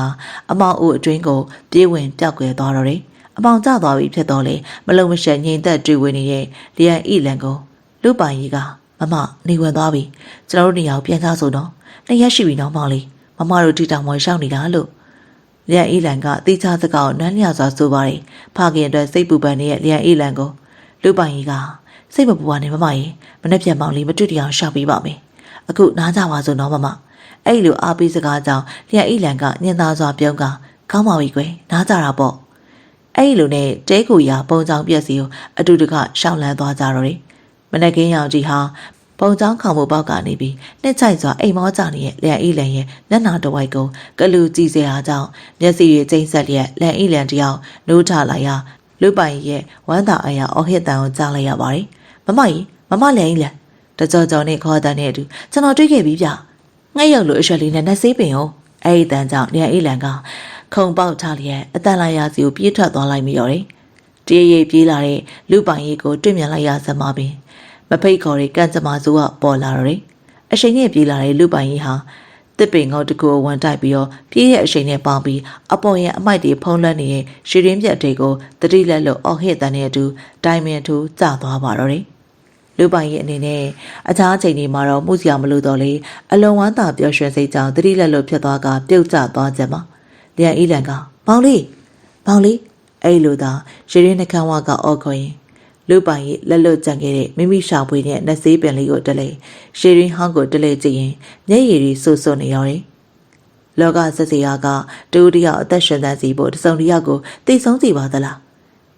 းဤတို့လေလောကကကြမဟုသည်တရားမျှတပါ၏လောလန်ဤလန်ကရေရင်းပြတ်တွေကလူပိုင်ကြီးကိုကဲတယ်မို့အမျိုးမျိုးစဉ်းစားတော့လည်းမရောက်တောင်ပေါ်မှာတူးပေါက်ထားတဲ့ရေရင်းမို့နှက်ဆိုင်လိုက်ရာဘလို့မှမတတ်နိုင်ပဲ၃ရက်ခန့်အချိန်ကြီးစောင့်ကြည့်ကဖခင်ဖြစ်သူရဲ့ဝေဒနာကြောင့်သူမကနေအိမ်ကိုပြန်ရောက်ပါတော့တယ် ကြီးမားတဲ့အဆောက်အဦတစ်ခုအတွင်မှာအနက်ရောင်ကိုကျက်တွေကိုတူညီစွာဝတ်ဆင်ထားတဲ့လူပေါင်း900ခန့်ကငြိမ်သက်စွာစီတန်းလျက်တစုံတစ်ယောက်ကိုစောင့်ဆိုင်နေတယ်။ဒါပေမဲ့အဲ့လောက်များပြားလာစွာသောလူအုပ်ကအတန်တစ်ချက်မထွက်ပါဘူး။ခန္ဓာကိုယ်တစ်ချက်မလှုပ်တာအံ့ဩဖွယ်ကောင်းလာပါတယ်။အဲ့ဒီချိန်မှာကန်းကျုပ်ကြီးကြွလာပါပြီ။အဲ့ဒီလိုပြည်ပြင်းကျလောင်လာတဲ့အတန်နဲ့အတူအနက်ရောင်ကိုကျက်တိုင်းဝတ်ဆောင်ကိုတော့မှခန့်ညားစွာဝတ်ဆင်ထားတဲ့လူတစ်ယောက်ကခန္ဓာစွာပြင်ဆင်ထားတဲ့စိတ်မြတ်တက်ကိုတက်ရောက်လာတယ်။တခုထူးခြားတာကတော့အဲ့ဒီလူဟာကြောက်မက်ဖွယ်ကောင်းတဲ့မိစ္ဆာမျက်လုံးတွေကိုတက်ဆန်ထားပြီးတော့အနက်ရောင်အင်ဂျီပေါ်မှာငကားတကောင်ရှစ်ခွေပြီးမန်းဆောင်နေပုံကိုရေးထိုးထားတာဖြစ်ပါတယ်။အဲ့ဒီလူကတော့တိုင်းလောက်ကကြီးကိုချုပ်ကင်နိုင်ဖို့ကြိုးစားနေတဲ့ဝတ်စုံနဲ့ကန်းကြုတ်ကြီးပဲဖြစ်ပါတယ်။သူဟာရှိမောက်ကိုရောက်နေတဲ့အမာခံပင်မအဖွဲ့ဝင်ကိုညနေဖုံးအောက်ကပင်ဆူရှာကြောက်ပါတဲ့မျက်လုံးစုံနဲ့ဝေးဝါကြည့်လိုက်ပြီးအကွဲဆူရှာပြီးတော့ကြောက်မက်ဖွယ်ကောင်းတဲ့အတန်ကြီးနဲ့ဒီနေ့ကငါတို့ကိုင်းရဲ့10နှစ်မြောက်ကိုင်းနှစ်ပတ်လည်နေပြတ်တယ်။ဒီ15နှစ်အတွင်းမှာငါတို့တွေတိတ်တဆိတ်စူးစမ်းအားထုတ်ခဲ့တဲ့အတွက်ခုချိန်မှာငါတို့ရတိုင်းလောကကိုချုပ်ကင်ဖို့လက်တကန်းအလိုရောက်နေပြီလို့ဆိုနိုင်တယ်။ဒီလိုဖြစ်လာတာလေငါတို့ပင်မအဖွဲ့ရဲ့စူးစမ်းအားထုတ်မှုကြောင့်ပါတယ်လို့ဂိုင်းတီးတီးမှာခိုးလုံနေရဲ့အတွင်းလူတွေရဲ့စူးစမ်းအားထုတ်မှုလည်းပါတယ်။ဒါပေမဲ့ငါတို့ဒီလောက်နဲ့ရှက်တက်လို့မရဘူး။ဒီထက်ကောင်းမအောင်စူးစမ်းနေကြရမယ်။ဒါမှသာငါတို့တွေရဲ့အခွင့်အာဏာရေရှည်တည်မြဲမှာဖြစ်တယ်။အတိကအချက်အနေနဲ့ကတော့ငါတို့ဝတ်စုံနဲ့ဂိုင်းတီးထောင်ရတဲ့အကြောင်းရင်းကိုအမြဲမှတ်ရနေကြရမယ်။ငါတို့ရဲ့ပထမခြေလှမ်းအဖြစ်နဲ့လွန်ခဲ့တဲ့10နှစ်ကတိုင်းလောကဂိုင်းအသီးသီးကိုအတွင်းလူတွေပို့လို့ကြတာနဲ့စခဲ့ကြတယ်။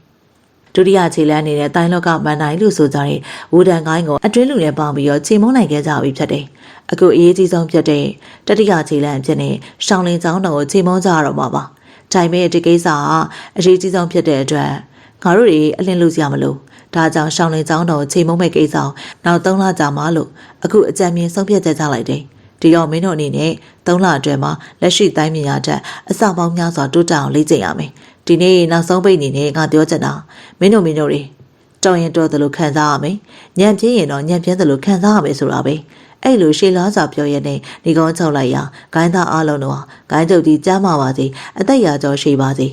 ဝတ်စုံနဲ့ဂိုင်းထောင်ရတီးတတ်ပါစေဂိုင်းသားတွေကစုပေါင်းអော်လိုက်တဲ့တန်းဟာအဆောက်အုံအမိုးကထိုးထွက်ပြီးတော့ထက်ကောင်းကင်စီကိုရောက်ရှိသွားတယ်လို့ထင်မှတ်လောက်ပါတယ်အဲ့ဒီနောက်ဆက်ပြီးတော့ဒုဂိုင်းချုပ်ဖြစ်သူကလည်းတရေမျက်နှာပုံတစ်ခုကိုဝတ်ဆင်ထားတက်ဆင်ထားပါတယ်လက်ရှိအချိန်ကိုအဝေးနေဂိုင်းသားတွေပြုမှုနေထိုင်မဲ့အချက်တွေကိုပြောဆိုကနေကုန်းချုပ်လိုက်တာနဲ့အစောပိုင်းနေ့တူအော်ဟစ်ဆူတောင်းလိုက်ကြတယ်။အဲ့ဒီနောက်မှာတော့ဝစ်စုံတဲ့ဂိုင်းရဲ့မူဝါဒဖြစ်တဲ့စုပေးတံပေးစနစ်စတင်ပါတယ်။စုပေးတံပေးစနစ်ဆိုတာကဂိုင်းကိုအကျိုးပြုသူတွေကိုတိုင်းပညာတိုးမြင့်သင်ကြားခွင့်ပေးခြင်း၊ယာရုကုံအတွက်စုချခြင်း၊ပစ္စည်းဥစ္စာပေးခြင်းဂိုင်းစီကံချိုးပေါက်သူတွေကိုတော့တက်ခြင်းဖြတ်ခြင်းနှစ်ကာလအပိုင်းခြားနဲ့ပိတ်လောင်ထားခြင်းတွေကိုပြုလုပ်ခြင်းပဲဖြစ်ပါတယ်။ဒီတော့ဝစ်စုံတဲ့ဂိုင်းကြီးဟာဂိုင်းချုပ်ကြီးရဲ့ထူးခြားတဲ့စိုင်းရည်သက်သည့်တွေကြောင့်မလို့ပုံမတိုးတက်အောင်မြင်လာတာပါ။သူဟာဉာဏ်ပညာထက်မြက်ခြင်းလိလာအားထုတ်ခြင်းအစရှိရဲ့အရေးချင်းအများပြားရှိသူဖြစ်ကသူ့ရဲ့အဓိကအရေးချင်းကတော့စိတ်ရှည်ခြင်းနဲ့တောင်းစိတ်အောင်ကြိုတင်ပြင်ဆင်တတ်ခြင်းတို့ပဲဖြစ်ပါတယ်။ဒါကြောင့်တိုင်းလောကကြီးဟာသူ့ရဲ့စိတ်ခေါ်တောင်းခုခံနိုင်ပါမလား။အစိတ်ရှက်ခတောင်းကြအစိတ်ရခတောင်ကြားဆိုတာက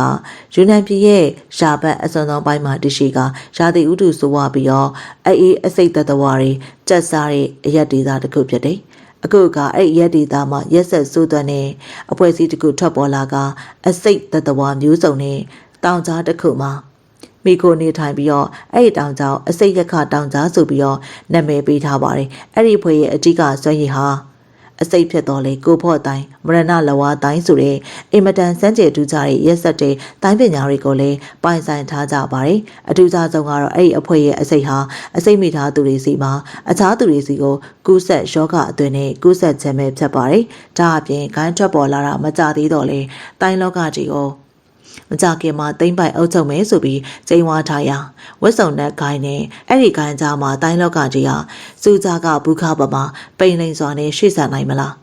းကျင်းတဲ့ကောင်ကြားမြေစာပင်ပမာပြိုကွဲပျက်စီးသွားလိမ့်မလားဆိုတာကိုတော့ဘယ်သူမှအတိအကျမသိနိုင်သေးပါဘူးကျဲလောင်နဲ့လေတိုးတန်နေတဲ့အတူလူပိုင်ကြီးကခေါင်းတော်မူနောက်လာတော့လဲတတိရှိနေပါသေးတယ် ပြီးတော့အတက်နိုင်ဆုံးစိတ်ကိုထိန်းချုပ်ကအ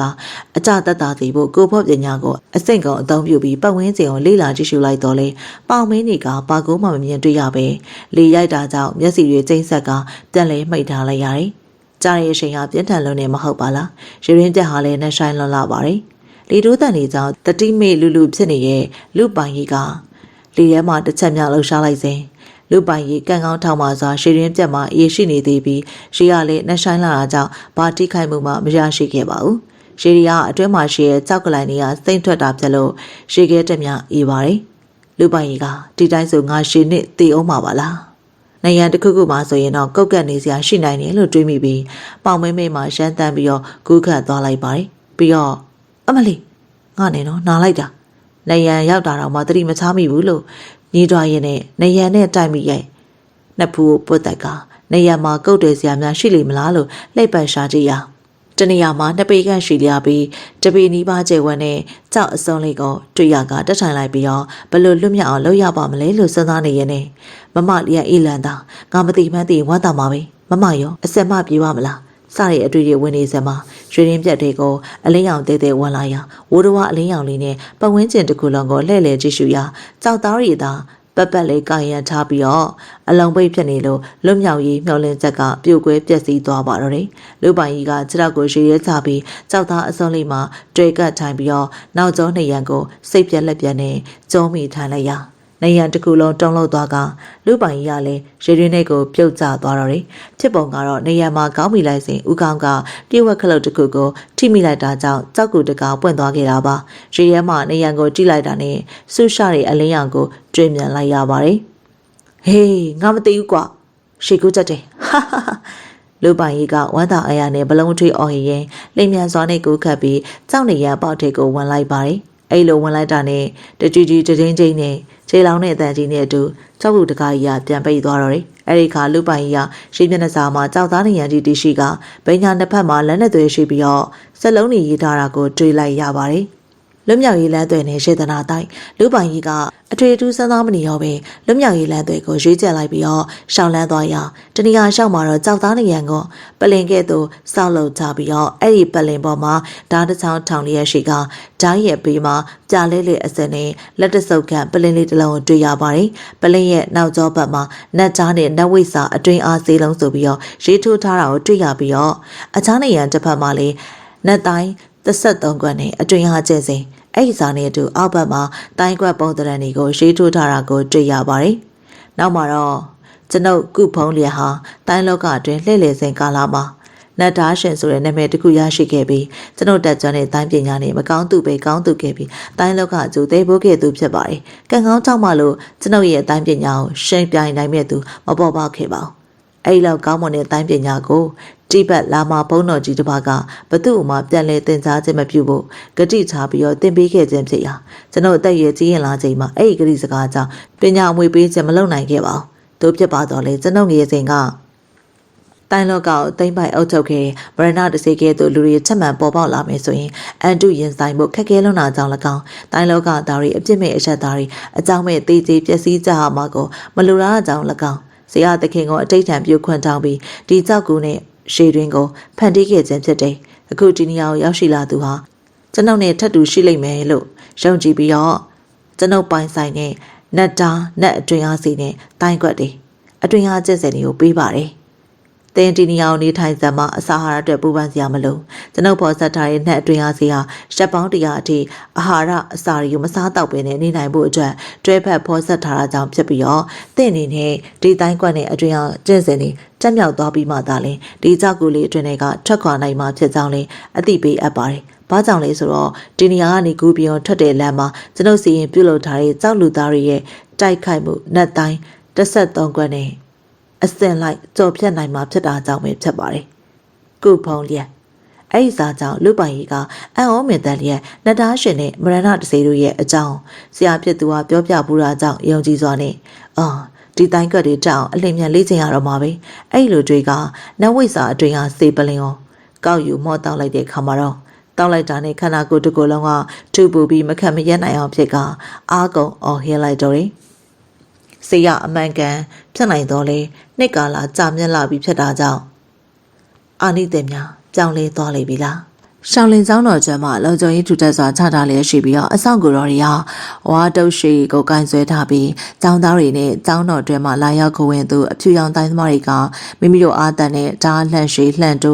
20တုပ်30တုပ်စသဖြင့်အမျိုးမျိုးသောလက်နက်တွေကိုကင်ဆွဲစောင့်ကြပ်နေအောင်ကြည့်ခြင်းအပြင်ရှောင်းလင်ကျောင်းတော်ကျမ်းမှာအကြောင်းအရာတရရဲ့ကြောင့်စီဝေပြုလုပ်နေတာထင်ရှားလာပါတယ်။မှန်ပါတယ်အခုကြုံတွေ့နေရတဲ့တိုင်းလောကအခြေအနေဆိုးတွေကြောင့်ရှောင်းလင်ဆရာတော်ကိုအကြီးမှုပြုပြီးအဖြူအောင်တိုင်းကအသီးသီးကအရေးပါအရာရောက်တဲ့တိုင်းထိပ်သီးတွေဟာလက်ရှိအခြေအနေကိုသုံးသပ်ဆွေးနွေးနေကြတာပါရှေးဥစွာရှောင်းလင်းဆရာတော်ကြီးကဒီနေ့အခုလိုဆွေးနွေးပွဲလုပ်ရတာဘာအကြောင်းကြောင့်ဆိုတာ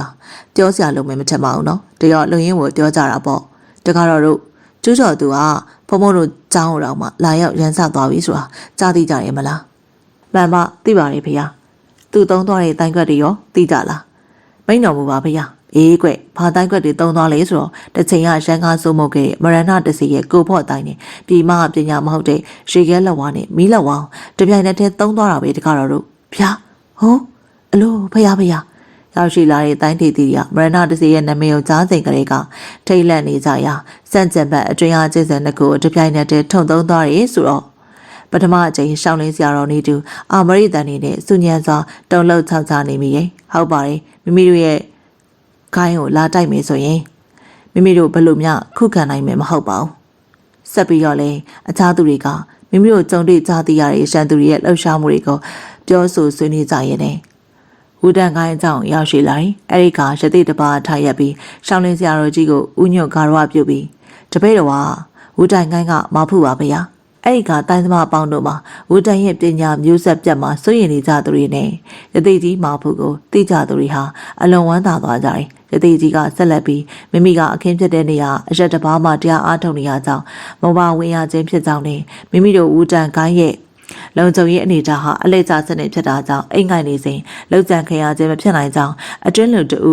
ရဲ့လက်ချက်ပါဝင်ကြောင်းသိဆုံးသွားတဲ့ခန်းသားရဲ့အလောင်းကိုစစ်ဆေးကြည့်ရဲ့အခါမှာတော့အသေးနှလုံးသွေးကြောအတွင်းမှာအစိတ်တွေစုပုံနေကြောင်းအဲ့ဒီအစိတ်ကတခါတည်းသုံးထားတာမဟုတ်ပဲရှက်ပေါင်းများစွာဖြည်းဖြည်းချင်းခတ်တဲ့အစိတ်ဖြစ်ကြောင်းကြားအပြင်ထုံတိုင်းမိရောစီရဲ့စေတမျိုးကိုလည်းစစ်ဆေးတွေ့ရှိကြောင်းနဲ့အခင်းဖြစ်တဲ့နေရာစပြီးတော့မိမိစီကဂိုင်းကိုပြန်သွားတဲ့ခိုင်းသားတွေမှာအစိတ်မတွေ့ရပဲထုံတိုင်းမေးရော်စီရဲ့စေးကိုသာတွေ့ရကြောင်းရှေ့ရားစွာရှင်းပြပြီးစမ်းသက်စစ်ဆေးသူနန်းတွင်သမားတော်ကြီးဝူဟုံရဲ့စစ်ဆေးအတီးပြုစာနဲ့သမားတော်ကြီးရဲ့လက်မှတ်ကိုပြပါတယ်။အဲ့ဒီခါမှာတော့ဦးတန်ကိုင်းအလွယ်တကူပြိုကွဲခြင်းကိုနားလည်သွားကြပြီးမိမိတို့ခိုင်းအသီးသီးမှရောအဲ့ဒီလိုအတွင်းလူတွေရှိနေပြီလားဆိုတဲ့အတွေ့ကလူတိုင်းကိုယ်စီရဲ့ရှင်ထဲမှာဝင်ရောက်သွားပါတယ်။အဖြူအောင်တိုင်းကိုင်းတွေတွေ့ဆုံဆွေးနွေးပွဲကပြီးဆုံးသွားပြီဖြစ်ပါတယ်။ဒီတွေ့ဆုံပွဲကထွက်ပေါ်လာတဲ့ရှာလက်ကဝတ်စုံတဲ့ကိုင်းရဲ့လောက်ကွက်တွေကိုအတော်များများသိရကြပြီးတော့ရက်ခတောင်ကြားမှာမြင်မှုနေပါတယ်။အဖွဲ့အစည်းရဲ့လောက်ကွက်တွေကိုပုံမသိရှိစေဖို့စုံစမ်းထောက်လှမ်းဖို့အဖွဲ့တစ်ဖွဲ့ပေးနိုင်ခဲ့ကြပါတယ်။အဲ့ဒီအဖွဲ့ကိုရှောင်းလင်းဆရာတော်ကြီးကဝတ်စုံတဲ့ကိုင်းရဲ့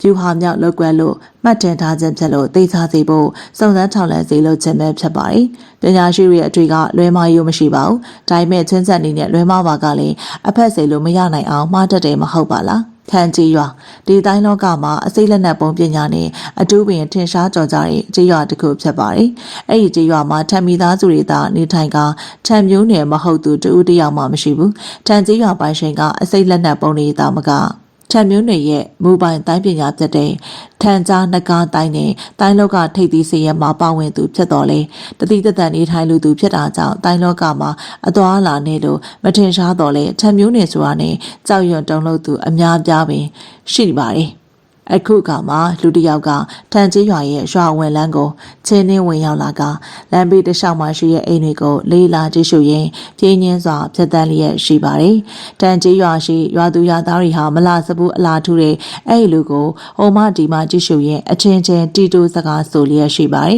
။အဲ့ဒီချိန်မှာတူးတယ်ကြီးမာပြီးခန်းထားတဲ့စိုက်အင်တစ်လုံးရဲ့ခြံဝန်းရှိကိုရှောက်มาတော့အဲ့ဒီလူရဲ့စကားကိုရက်တန်လိုက်ရာစိုက်ရင်တွင်ကလူတယောက်ထွက်လာကဘသူနဲ့တွေ့ကြလို့လဲဘာကိစ္စရှိလို့လဲအဲ့လိုထံမျိုးနေပြီးခက်တန်တန်မေးလိုက်ရအဲ့လိုကကြေးရွာပိုင်ရှင်ကိုကန်လန်းစာပို့ခိုင်းလိုက်လို့ပါဘသူကပို့ခိုင်းလိုက်တာလဲကျွန်တော်ပြောပိုင်ခွင့်မရှိပါဘူးဒီစာအုပ်သားထန်သခင်ကြီးကိုပေးပါကောင်းပြီသွားပေးလိုက်မယ်ဟုတ်ကဲ့ကျွန်တော်စောင့်နေမယ်အတန်ကြာမှပြန်ထွက်လာပြီးတော့မင်းတို့ကောင်းဆောင်ပြောလိုက်ပါ ကျေးရွာပိုင်ရှင်က2 လပိုင်း28 ရက်နေ့ညစိမ်းကန်ကိုလာခဲ့ပါတဲ့ကောင်းပါပြီပြောလိုက်ပါမယ်ဒါနဲ့ကျွန်တော်ထန်ကျေးရွာရဲ့အစိတ်ကိုပြနိုင်မလားထံမျိုးတွေကနားလေရခတ်တဲ့အချိန်နဲ့ကြည့်လိုက်ပြီးစကားတော်မဆောင်ခင်အနည်းရှိသစ်ပင်ကိုလက်ငါးချောင်းနဲ့ကုပ်လိုက်ရာကုပ်ချက်လိုက်တဲ့နေရာမှာအမဲကွက်ကြီးပေါ်လာကတရက်တရာလေးညိုးချောက်ကပ်သွားကတပုတ်ပုတ်နဲ့တွေ့ကြကောင်းပါလေအဲ့ဒီလူစိန်ကတစ်ချက်ပြုံးပြီးတော့လာရလန်းတိုင်းထွက်ခွာသွားတော့တယ်စိတ်ရုပ်တောင်းလိုက်ကြနဲ့လူပိုင်ရဲ့တကူလုံးမှရှိရဲ့သွေးကြောတွေတင်းကျပ်လာပြီးမခံမရနိုင်ဖြစ်ကစိတ်လွတ်ကော်လွတ်အော်ဟစ်ပြလိုက်မိစံပဲဖြစ်ပါတယ်။အဲဒီနောက်အတန်ကြာမြအော်ဟစ်ညှဉ်းညူနေရဲ့နဲ့တဖြည်းဖြည်းပုံမှန်ပြန်ဖြစ်ကတက်တာလာတယ်။လူပိုင်ရဲ့ကထားရလိုက်ရင်ကိုစစ်ဆေးကြည့်လိုက်တဲ့အခါမှာတော့ကိုလက်တွေပေါ်ပါနေပြီးစိတ်သွားတိုင်းကိုပါနေရတွေ့ရတော့တင်ပလီခန်းချပြီးတော့အတွင်အားလှည့်လေကြည့်ရအတွင်အားတွေအစမတန်တွန်းပွားနေကြောင်းတွေ့ရတယ်။အတန်ကြာအတွင်အားလှည့်လေကြည့်ရှုပြီးရနောက်ထားကနေရမှာရေးသားထားတဲ့273ခွက်နဲ့အတွင်အားကျစံတွေကိုစတင်လေးကျင်တော်တယ်။အချိန်နဲ့ဒီရလူကိုမဆောက်ဆိုတဲ့စာစုနဲ့အညီလူပိုင်ရေးကတိုင်းခွက်တစ်ခွက်တောင်ကောင်းကောင်းမတက်သေးပဲ3 ရက်များကုံဆုံးသွားပြီဖြစ်တယ်။အဲ့ဒီရဲ့အတွဲမှာလူပိုင်ရေးကစာလောင်ကျမရှိရစမ်းကြည်ရေးကန်တရားရဲ့လက်ဆောင်မှာဒါမှမဟုတ်နတ်သားရှင်ရဲ့စမ်းကြည်ရေးပညာရဲ့ပဲဖြစ်တယ်။လူပိုင်ရေးကပင်ကိုညံကောင်းသူဖြစ်တော်လေလွန်ခဲ့တဲ့3 ရက်အတွဲမှာပထမဆုံးတိုင်းခွက်ဖြစ်တဲ့နမင်းတီဝါရောင်စုံပြတိုင်းခွက်ကိုမတက်မြောက်သေးတာအတော့ကိုရှနာစရာကောင်းလာပါတယ်။ဒါပေမဲ့စစ်မှန်တဲ့တိုင်းပညာရဲ့တရက်ကိုအလွယ်တကူတက်မြောက်နိုင်ပါမလားလူပိုင်ကြီးကမကြည်မနှက်ဖြစ်ကအဲ့တောင်မအိတ်တော့ပဲတိုင်းခွက်သဘောတရားကိုအသေးချလေးလာကြည့်ရောမှရေးရင်းမြသဘောပေါက်သွားကပြန်လေလေးကျန်လိုက်ရနဲ့ထက်မှန်သဘောပေါက်လာကအဲ့ဒီတိုင်းခွက်ကိုတက်မြောက်သွားတော့တယ်အဲ့နောက်မှာတော့တခွက်ပြီးတဝက်သဘောတရားကိုသာအရင်ဆုံးနားလေအောင်လေးလာသုံးသပ်ပြီးမှလေးကျင်ရဲ့အကောင်စံတက်မြောက်သွားပြီဖြစ်တယ်အဲ့ဒီနောက်ဆက်လက်ပြီးတော့အတွင်အားကျစင်ကိုစတင်လေးကျလိုက်ပါတော့တယ်အလင်းရောင်တည်ရည်ဆိုင်အဲ့ဒီတည်ရည်ဆိုင်ကဈေးအင်မတန်ကြီးပြီးတော့ဆက်ဆံရေးမပြေတော့လေဒီဆိုင်လေးရဲ့ချက်အရက်ကနှိမ့်ချိုနာမည်ကြီးအရက်တွေပမာကောင်းမော်လာကတခါတောက်ပြီးရနဲ့ဒီဆိုင်မှဒီဆိုင်ပြက်ပြီးဆွဲလန်းသွားကြတဲ့အထိပါပဲဒါကြောင့်အမြဲတစေလူပြည့်နေတတ်ပါတယ်ဆိုင်လေးရဲ့ဒီနေရာကစုတ်စာလာတဲ့ရက်ကွက်မှာတရှိတာကြောင့်များသောအားဖြင့်သူစင်ရဲသားတွေပဲလာရောက်တတ်တော်လေယနေ့မှာတော့ထူးဆန်းစွာနဲ့မနက်ပိုင်းကတိုင်းသမားတွေတယောက်စာရှောက်လာတတ်တာကြောင့်အရက်သမားတွေဟာဆိုင်မှာမတောက်ရဲစားပဲဝယ်ပြီးပြန်ကြတော့တယ်အခုချိန်မှာတော့ဆိုင်ထဲမှာရှိတဲ့အရက်တောက်သုံးသူတိုင်းဟာတိုင်းသမားတွေသာဖြစ်နေပါတယ်ဒါကိုကြည့်ပြီးတော့ဆန်ရှင်လူဝါကြီးကထိတ်လန့်ကြောင်လို့နေရဲ့ဘာအတွက်ကြောင့်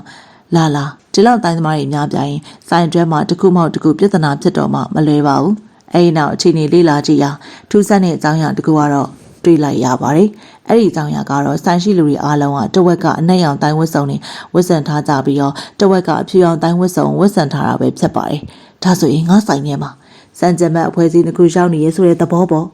့လူပါကြီးကတွေ့ရနေပင်ပုံမကြောက်လန့်သွားကဘာဖြစ်ဖြစ်ငါအရှင်ဦးအောင်ပုံမှန်ဖြစ်မယ်အဲ့လိုတွေကရှင်တမမနဲ့စောင့်ဆိုင်နေရတယ်မှန်ပါတယ်စိုင်တွင်းကိုတိုင်းဖွဲ့စည်းနှစ်ခုရောက်ရှိနေပြီးအဲ့ဒီဖွဲ့တွေကတိုင်းလောကကိုတိမ့်ပိုက်ဖို့ကြံ့ရွယ်နေတဲ့ဝတ်စုံနဲ့ခိုင်းနေရက်ခတောင်ကြအဖွဲ့တွေပဲဖြစ်ပါတယ်ဖီဘလို့အရက်လေးကွာဟဲ့ဆိုင်ရှင်လာစမ်းအဲ့လိုဝတ်ဆောင်ဖြူတယောက်ကအော်ခေါ်လိုက်ရာဆိုင်ရှင်လူဝါကြီးကခိုက်တုံနေရတလန်ချင်းချက်ကပ်သွားရာဝတ်ဆောင်ဖြူဝိတ်ကစိတ်မရှိဟန်နေဆိုင်ရှင်ရဲ့လက်ကိုစောင့်ဆွဲပြီးအသေးသေးလေးတစ်ချောင်းနဲ့လက်မထိတ်တိတ်ကိုလှိမ့်မြန်စွာထိုးဆိုင်ချလိုက်ပါတယ်။အော်ဘိုပါစဟလိုက်တဲ့လူဝါကြီးရဲ့ပါစက်သေးကိုငွေတုံးတုံးထိုးထည့်လိုက်ပြီးတော့ဒီဆိုင်တစ်ဆိုင်လုံးအတွက်ကြောက်ရှင်ပေးရ။သွားတော့အဲ့လိုပြန်လွှတ်လိုက်ရ။ဆိုင်ရှင်လူဝါကြီးကရှုံမဲ့နဲ့နေရာမှာပြန်ထိုင်လိုက်စီ။ဟိုအဝိဖြူဝတ်တဲ့လူဟာကဲညီကိုတို့ငါတို့ဘလောက်ဆက်လဲဆိုတာတိုင်းလောကကြီးတီအောင်ကြောက်လိုက်ကြစို့။သူ့ရဲ့အော်သက်အဆုံးမှာတော့ရွှေကနေဓာတ်ဆွဲထုတ်တယ်နေဝတ်ဆောင်ပြူတို့ကဓာတ်ရီကိုဆွဲထုတ်လိုက်တာနဲ့တဆိုင်လုံးမှာရှိတဲ့ဝတ်ဆောင်နဲ့ဒီအားလုံးကလည်းတပုံပုံနဲ့လဲကြကခုံနီကလည်းတဝုံနဲ့ကျိုးကြသွားတော့တယ်တေးဆုံးသွားကြပြီအဲ့ဒီဖြစ်ရကြောင်းဆန်ရှန်လူဝါကြီးကအံ့ဩတုန်လို့လျက်ရှိချိန်အစောပိုင်းကငွေတုံးပါစက်တွေကိုထိုးထည့်ပေးလိုက်တဲ့ဝတ်ဆောင်ပြူဝတ်သူကထိုက်ရက်လိုက်ပြီးတော့လူဝါကြီးအခုကိစ္စကိုဘယ်သူမှမမေးခမည်းမြင်တဲ့အတိုင်းပဲပြောပါနော်ကျုပ်ခမည်းကိုမတက်ချင်လို့လှုပ်ပေးလိုက်တာကျုပ်ခမည်းကိုငွေတုံးပေးတဲ့ကိစ္စလည်းထည့်မပြောနဲ့မဟုတ်ရင်တော့ခမရောက်ကျုပ်လာတတ်ရလိမ့်မယ်အဲ့ဒီလိုပြောကလင်းမြန်စွာထွက်ခွာသွားတယ်နောက်မှာတော့အဝိဖြူတိုင်းသမားတွေက3 ယောက်တစု4 ယောက်တစုနဲ့အရက်လေးမျက်နှာကိုဖြန့်ကျက်ပြီးတော့ထွက်ခွာသွားကြရာဆိုင်ရှင်လူဝါကြီးနဲ့ဝတ်စုံနဲ့ဂိုင်းသားအလောင်းနေတာကြံ့ရခဲ့ပါတယ်ဝတ်စုံနဲ့ဂိုင်းသားတွေဘလို့ပဲပုံတည်ဆုံးရမယ်ဆိုတာဝတ်စုံဖြူတို့ကဆိုင်ထဲမှာစတိုင်ကလေးက ရှေ့လေနောက်ကွက်ကြားပုံတဲ့နဲ့ကြည့်ပြီးတော့နေရာယူထားကြပြီးဝစ်စုံနဲ့တွေကအထက်ထက်ဝိုင်းရံထားတဲ့သဘောဖြစ်နေရဓာရီဆွဲထုတ်လိုက်တာနဲ့တအိမ်တွေကအစိမ့်မုံလေးဘေးဘီဝေးရကိုလွတ်ဆင်သွားကြပြီးအဲ့ဒီအစိမ့်မှာပြင်းထန်လွန်းတာကြောင့်ချက်ချင်းပဲဇက်ခောက်ကတေဆုံးသားကြခြင်းပဲဖြစ်ပါတယ်။ဆိုင်ရှင်လူဝါကြီးကတော့လက်မထိတ်သွေးကြောကနေပြီးဖြည့်စည်းကျူသွင်းပေးထားပြီးပြလို့အစိမ့်မမိလိုက်ခြင်းပဲဖြစ်ပါတယ်။ညစိန်ကညဟာတိတ်ဆိတ်ငြိမ်သက်စွာနဲ့အလျားလိုက်မောက်ကအိတ်ဆက်နေဟန်ရှိတယ်။လာစုပ်ပက္ခဖြစ်တဲ့လာနဲ့သမီးဟာအနားယူနေရကြောင်းကျေစင်စုသည်သာလင်းတလဲမိတ်တလဲမျက်နှာငယ်လေးရှိပါတယ်။တခါတရံမှာညငက်အော်မြေတန်းနေတော်ခွေတို့ရဲ့အစာလူတန်နေစားရကအစင်သဖြင့်တိတ်ဆိတ်ငြိမ်သက်စွာရှိနေရင်အဲ့ဒီခိုင်မှာအဝေးကနေအုံမောင်းခောက်တန်းနှစ်ချက်ပြန့်လွင်လာကမဲမဲအရှိတ်တစ်ခုကအလွန်လင်းမြတ်တဲ့အရှိန်ဟုန်နဲ့ရွှေကံမောင်ပေါ်မှာထိုင်နေတဲ့လူဟာအရှိန်ဟုန်နဲ့ရွေရားလာရာကံမောင်ပေါ်မှာထိုင်နေတဲ့သူကတော့ငါဒီမှာအဲ့လိုမတိုးမကျဲအတန်ပြလိုက်တဲ့အခါပြေးလာတဲ့အရှိတ်ကအဲ့လိုစီကိုတမ်းမတ်စွာသွားကတွေ့ရကြောင်းထန်ဖုံးလျောင်နမဲသေးသေးခေါ်လျက်မင်းကကိုချင်းဆိုထားတဲ့ကိစ္စဘာလဲတွေ့ရကြောင်းဆိုသူဟာရက်ခတောင်ကြအဖွဲ့ရဲ့ခေါင်းဆောင်ဖြစ်ပြီးတော့ထန်ဖုံးလျောင်ကတော့ထန်ချာကြေးရွာပိုင်ရှင်ဖြစ်ပါတယ်တွေ့ရကြောင်းကမင်းကိုချိန်တာဒီကိစ္စတွေပဲကွထန်ဖုံးလျောင်အဲ့လိုဆိုကသူ့ရဲ့မရဏလဝါတိုင်းနဲ့ထန်ဖုံးလျောင်ကိုတိုက်ခိုက်လိုက်ရာအဲ့တော့အစိပ်ပရဲ့နှစ်စုရဲ့တိုက်ကွက်တွေကြားညာစိမ့်ကန်ကလေခွင်းတန်မန်တွင်းတန်နေနဲ့လှုပ်ရှားတက်ဝင်လာတော့တယ်။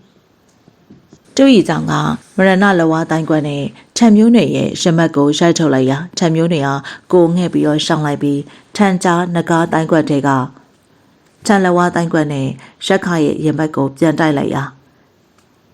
ရက်ခကလည်းမရဏလဝါတိုင်းကိုပင်ဒုတိယအကြိမ်သုံးကတိုက်ခိုက်လိုက်ပါတယ်။ဘသူမှမရှောင်တော့ပဲလဝါချင်းဆိုင်မိတော့တယ်ဝုံနေကျဲလောင်တဲ့အတန်ကြီးနဲ့တူနှစ်ယောက်စလုံးကတံပြန်ရိုက်ခတ်လာတဲ့အကျွင်းအားကိုတောင့်ခံလိုက်ကြပါတယ်။အဲဒီနောက်သူတပြန်ကိုတပြန်တိုက်ခိုက်ရတဲ့တိုက်ကွက်ပေါင်း100ကျော်လာတော့လေနှစ်ဦးလုံးကလက်ရည်မြပြီးအတွင်းအားလည်းအဆင့်တူကအတီးတီးအစွမ်းထက်တိုင်းကွက်တွေကိုတေးသေးချာချာနားလေသဘောပေါက်ထားကြတာကြောင့်တူးကိုတူအနိုင်ရဖို့မလွယ်ပါဘူး။အဲဒီချိန်မှာရက်ခလာပြီးတတိထား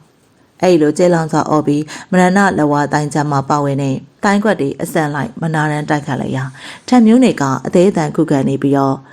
ရာကနေကျဲလောင်စွာအော်ဟဲ့ပြီးမြန်မှန်သွင်းလိုက်ပြီးတော့ထံမျိုးရုပ်ပိုင်ရှင်ထန်ကြားနဂါတိုင်းခွက်ကို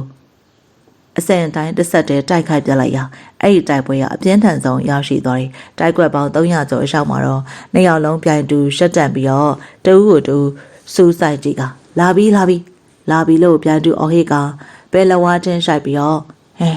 ဘယ်လဝါတိုင်းအဲ့လိုဆိုပြီးတော့ပြိုင်တူအော်လိုက်ကြပြီးလက်တုပ်ပြန်ရအနေညာလဝါချင်းရှင်ရိုက်လိုက်ပြန်ရဟာညာလဝါတိုင်းအဲ့လိုလေပြိုင်တူရှေ့ရွလိုက်ကြပါတယ်နှုတ်စလုံးကပြုံးနေတယ်အဲ့နောက်လက်ပြန်ရောက်ပြီးတော့ဘယ်ညာလဝါစုံသုံးကရှိုက်ချပြလိုက်ကြပါတော့တယ်တိုင်းလောကအခြေအနေကဆိုပြီးရင်ဆိုးလာခဲ့ပြီဖြစ်တဲ့လက်ရှိအခြေအနေကြောင့်ဇက်မြုပ်နေထိုင်ကြတဲ့အဖြူအောင်တိုင်းဒေသတွေအေးအေးဆေးဆေးပညာဖြန့်ပြူးနေတဲ့ဝိုင်းရံတိုင်းစီယာကြီးတွေပွဲကြီးပွဲကောင်းကြည့်ကြတဲ့တိုင်းသမားတွေပါဝင်ပွဲလန့်တုံဖြောင်းဝင်ခင်းမော့အစင်းသင်းပြစ်နေကြတဲ့သူတွေအခြေအနေရှုပ်ထွေးနေချိန်မှာအချောင်နှိုက်ချက်နဲ့တောကြောင်နေစသဖြင့်ပုံမိုစီကားတိုင်းမြတ်လျက်ရှိရဲ့ရန်လျက်မျိုးဟာစီးပွားရေးအချက်ချာကြပြီးတော့ကုန်းလန်းရှည်လန်းနေနဲ့တွာလာရလွယ်ကူရာတိုင်းလောကသားအများစုဟာလေကျန်နေတဲ့မြို့တစ်မြို့ဖြစ်ပါတယ်မြို့ထဲမှာမိန်းလမ်းမကြီးတစ်လျှောက်မှာပစ္စည်းအဝတ်ထေဆိုင်များစုံညီစွာနဲ့အော်ဟစ်ရောင်းချလျက်ရှိရဲ့ဈေးသွားဈေးလာတွေခီးသွားတွေနဲ့စီကားနေရအဲ့ဒီခီးသွားတွေထဲမှာအရက်ရှိရှိနဲ့ပုံမကြပန်းမကြလူ3ယောက်ကအထင်ရှားဆုံးဖြစ်နေပါတယ်အဲ့လူ3ယောက်ကပါဇက်ကတဲလောင်းစွာပြောဆိုလာကြပြီးတော့တွေးမြင်သမျှကိုအထူးဆန်းတပွဲကြည့်ရှုကလမ်းလာကြရဲ့နဲ့လူတိုက်ရစားတော့ဇက်လို့ငွေအောင်ဇက်လုံးကြီးတွေရေးထိုးထားတဲ့ဆိုင်ရှိကိုရှက်တန်းလိုက်ပြီးတော့ဆိုင်တွင်းကိုအချိတ်ကလက်ညှိုးတထိုးထိုးနဲ့ပြောဆိုရှိမောနေကြတယ်။ဆိုင်တွင်းလေးကိုဝင်လိုက်ကြရာဆိုင်လူလင်လေးတူကအကိုကြီးတို့ကြွပါဗျာ။ဘာများသုံးဆောင်ကြမလဲဗျ။အဲ့ဒီလိုပြပြတလဲနဲ့ခီးကြိုဆိုရင်အဲ့ဒီလူတွေရဲ့အမကိုစောင့်နေလိုက်တယ်။အဲ့ဒီလူတွေကအရက်ရလားကွာ။ဟုတ်ကဲ့ရပါတယ်ဗျ။ပန်းတရာအရက်ဝါစိန်ရက်ဆန်ရက်ပန်ချူလီရက်စိန်ချူအရက်တွေနဲ့တခြားအရက်တွေလည်းရှိပါသေးရဲ့ဗျာအကိုကြီးတို့ဘာသုံးဆောင်ကြမလဲခင်ဗျအဲ့လိုထက်မှန်ပြောဆိုလိုက်ရာစံအရက်3အုပ်ရှုခဲ့ပြီးတော့ဘဲသားပေါင်း3ကောင်ရှုခဲ့အဲ့လိုတယောက်ကဆိုလိုက်တာနဲ့ဟုတ်ကဲ့မကြခင်ရပါမယ်ပြောဆိုထွက်သွားတယ်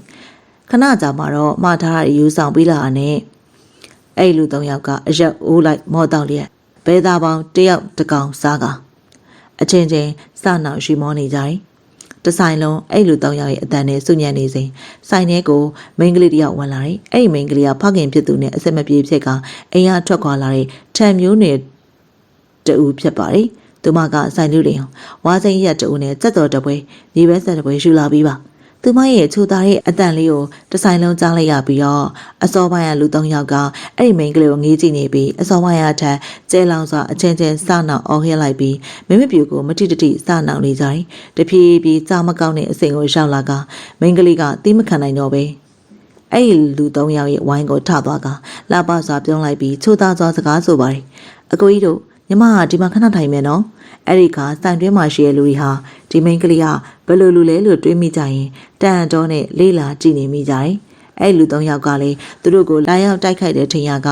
ရပါတယ်ထိုင်ပါလို့ကြုံပြပြီးဆိုကြတယ်အဲ့ဒီမိန်းကလေးကမိတ်ဆက်စကားတွေပြောပြီးရနောက်အကိုကြီးတို့ညီမပြောစရာရှိရဲ့အနာကိုကက်ကလေတန်တူတူလေးနဲ့ဆူလိုက်ရင်4ယောက်သားလုံးကစပွဲဝိုင်းအလက်မှာခေါင်းချင်းဆိုင်သွားကြပြီးတော့သူမအကိုကြီးတို့ဒီညတကောင်ရဲ့မြို့ပြင်လာခဲ့နော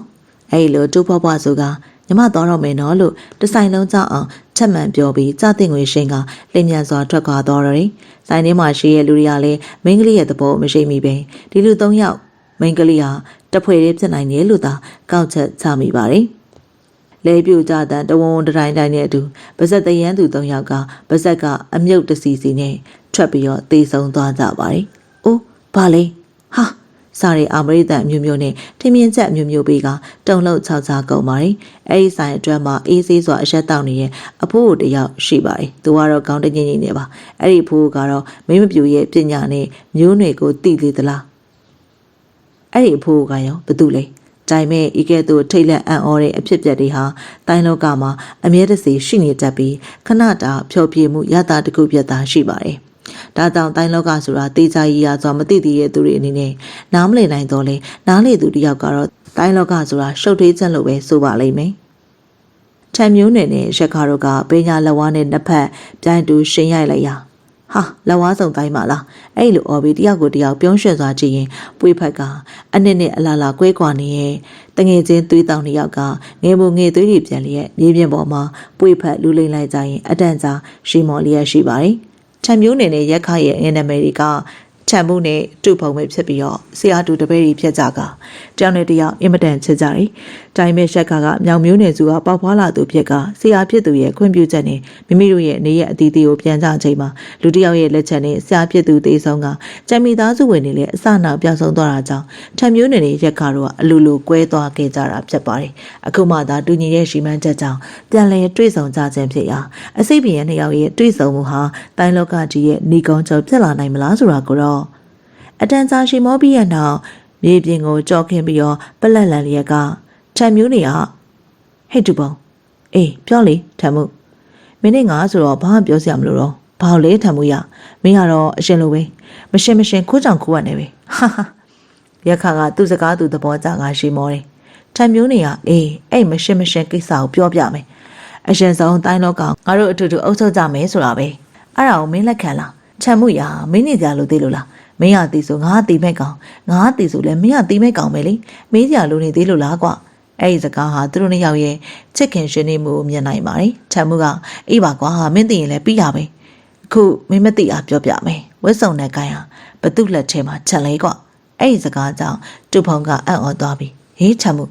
မင်းကလည်းဝက်စုံတဲ့ခိုင်းကြဒီလားကွာဟာတူဖုံရငါလက်ထဲမှာလို့ပြောတာကွာငါခိုင်းကြလို့မပြောပါဘူးဟင်မင်းကလည်းရှုပ်နေရပဲကွာရှင်းအောင်ပြောပါအောင်တူဖုံကပြောလိုက်တော့ထံမှုကငါလူမိုက်ဝဲထားတာဒီလိုကွာအခုဝတ်စုံတဲ့ခိုင်းချုပ်ကတချိန်ကတိုင်းတော့ကမှာနမေကြော်သားခဲ့တဲ့လူတယောက်ပဲသူကငါညမကိုအရှမ်းချစ်တာကွာငါညမလည်းပြန်ကြိုက်ပုံရတယ်ဒီလိုဖြစ်လာအောင်လေငါတွတ်မို့ရတာပေါ့ကွာအဲ့ဒီခါကျမှထံမှုကနားလဲသွားပြီးသိကျင်တာလေးထပ်မေးလိုက်ပါတယ်သူကအဲ့လိုမင်းရောက်ဖပြတ်တာနဲ့မင်းခိုင်းတာလှုပ်ရောလားကွာထံမှုရအဲ့ဒီစကားကြောင့်ထံမှုကစိတ်မရှိဟန်နဲ့တူဖုံးရမင်းရလေဒီလိုကွာ तू ကစိတ်နေသဘောထားထူးဆန်းနေပြီးတော့အစွဲလန်းကြီးလုံးနေဆိုပါတော့ကွာ तू ကငါညမကိုအရှမ်းချက်ပြီးအလိုလိုက်တယ်လေငါညမငါ့ကိုအရှမ်းကိုချက်ပြီးတော့ချစ်ကြောင်ယူသေးတာကွာငါတို့ငယ်တွေကမိဘတွေဆုံးသွားတော့ညီမလေးကထိန်မျိုးနဲ့အကြီးကဲတယောက်စီမှာနေရတာ ငါတို့ကဆရာစီမှာပညာသင်နေတဲ့အချိန်ပေါ့အဲ့တော့တစ်နေ့တစ်ခါပြန်လာချိန်မှညီမလေးနဲ့တွေ့ရတာငါလည်းအမြဲတမ်းခက်တီတီနဲ့ကို့ဘာကိုအတွေးနဲ့အလုံးလုံးနေရကောင်းဆိုတော့အနေစိမ့်တာပေါ့ညီမလေးနေနေကြတော့ငါအကိုကြီးတယောက်လည်းဖြစ်ဆွေမျိုးရင်လည်းဖြစ်ငါတယောက်ပဲရှိရဆိုတော့ချက်လဲချက်တယ်ငါတခြားမှနေရအောင်ငါတို့ဦးလေးကထံမျိုးနဲ့အတွက်ငါအပင်ပန်းခံနေရဲ့လို့တရားလုံးကိုပြောထားတော့ယူလဲယူသည်ခက်တီတီနေရကြောင်းကြောက်လဲကြောက်တာပေါ့ကွာအဲ့ဒါကြောင့်ငါခိုင်းတာညီမလေးကအကုန်လုံးတယ်အဲ့တော့ငါဖြစ်ချင်တာငါခိုင်းချင်အောင်ညီမလေးကတဆင့်ခန့်လိုက်တာပေါ့ကွာအဲ့ဒီစကားဆုံးမှာတော့နှစ်ယောက်သားအားရပါရရှိမောလိုက်ကြတယ်တိုင်းလောကအတွက်ဗရဏအချက်ပေးခေါင်းလောင်းတဲ့အလားပါပဲလူပိုင်ကြီးကြောက်ကူရဲ့အတွင်းတွေကထွက်လိုက်တာနဲ့တာယာလေးပလီတန်ကိုဥစွာကြားလိုက်ရပြီးတော့တောအုပ်တစ်ခုထဲမှာမိမိလဲချနေစဉ်ပလီတန်နဲ့အတွင်းအားလေးကျင်စီသူကိုတတိယလိုက်မိပါတယ်အဲ့ဒီနောက်မှာတော့မိမိရောက်ရှိနေတဲ့နေရာကိုလေ့လာကြည့်ရမိမိကတောင်ကျတစ်ခုကိုရောက်နေပြီးတော့ပလီတန်ကတောင်ပေါ်ကပြက်လည်လာမှန်းသိလိုက်ရပါတယ်ရှယ်ရင်းပြက်ကူကြီးကတောင်အောက်ထိရှိနေရပါလားအဲ့လိုတွေးလိုက်မိကနတ်သားရှင်ကုဖုံးနေရဲ့စိတ်ကူးစိတ်တန်းကိုလည်းချက်မှန်အံ့ဩမိပါတယ်ပလီမောက်တဲ့လူသွားကြည့်ကြစိမ့်နဲ့တောင်ပေါ်ပြန်တက်ကအတန်လာရဘက်ကိုမှန်းပြီးတော့တက်လာခဲ့ရင်တနေရာအရှောက်မှာတော့တပင်ချေးမှထိုင်ကပလီမောက်နေရဲ့အဖိုးကိုတူးနဲ့အနားမှာထိုင်နေတဲ့နုနယ်လှပါတယ်မင်းမပြူငယ်တူကိုတွေးလိုက်ရပါတယ်အဲ့ဒီနောက်မှာတော့တောအုပ်တွေမှာမိကြခဲ့ရတယ်ဖူဖူဟိုမှာလူတယောက်လေးနေတယ်အသာနေစမ်းမှရှောက်မိလူဆိုးမှန်းမသိလူကောင်းမှန်းမသိဆိုရဲစကားတန်နေပြန်လေအကြိုင်းအောင်လာပြီးတော့ငါ့ကိုအတွင်အားလေးချင်အောင်လုပ်ပြီးဟာဒီအဖိုးပဲဖြစ်ရမယ်ငါတိုင်ဟာမတက်တာပြီမဲ့ကောင်းစီချန်နဲ့စိတ်သဘောပါတာပဲငါတောင်းမကြည့်လိုက်အောင်ပါပဲအဲ့လိုတွေကအဖိုးခေါ်ပြီးတော့တွက်ကပ်သွားလိုက်ပြီးအဖိုးရဲ့ရှေ့မှာရှက်တက်လိုက်ပြီးတော့အဖိုးကဘာလဲဆိုတဲ့အချင်းချင်းကြည့်ပြီးဘာပြောစရာရှိလို့လဲအဲ့လိုမေးလိုက်တဲ့အခါလူပိုင်ကြီးကကျွန်တော်အတွင်းတရားတစ်ခုအနေနဲ့တောတစ်ခုမှလဲနေတော့ပလီတန်စင်နဲ့အတွင်းတန်ကုပေးအဖိုးလားခင်ဗျာအဲ့လိုထပ်မံမေးလိုက်တာကြောင့်အဖိုးကတစ်ချက်လောက်စဉ်းစားကြည့်လိုက်ပြီးလူပိုင်ကြီးကိုစိတ်ကြည့်ကအော်မှတ်မိပြီငါမင်းနှက်ခမ်းမွေမုတ်စိတ်မွေကြောင့်ငါတို့တစ်ချိန်လုံးမင်းနောက်ကိုလိုက်နေခဲ့တာလို့ပြောပြတယ်လူပိုင်ကြီးကဗျာအဖိုးဘာလို့ကျွန်တော်နောက်လိုက်တာလဲအဲ့ဒီခါအဖိုးကမင်းရဲ့ချိန်ကိုသိကြလို့ပါနောက်ပြီးမင်းရဲ့စိတ်ကငါငယ်ရနဲ့တူတယ်လို့မို့လေအတိတ်ကမင်းနောက်ကို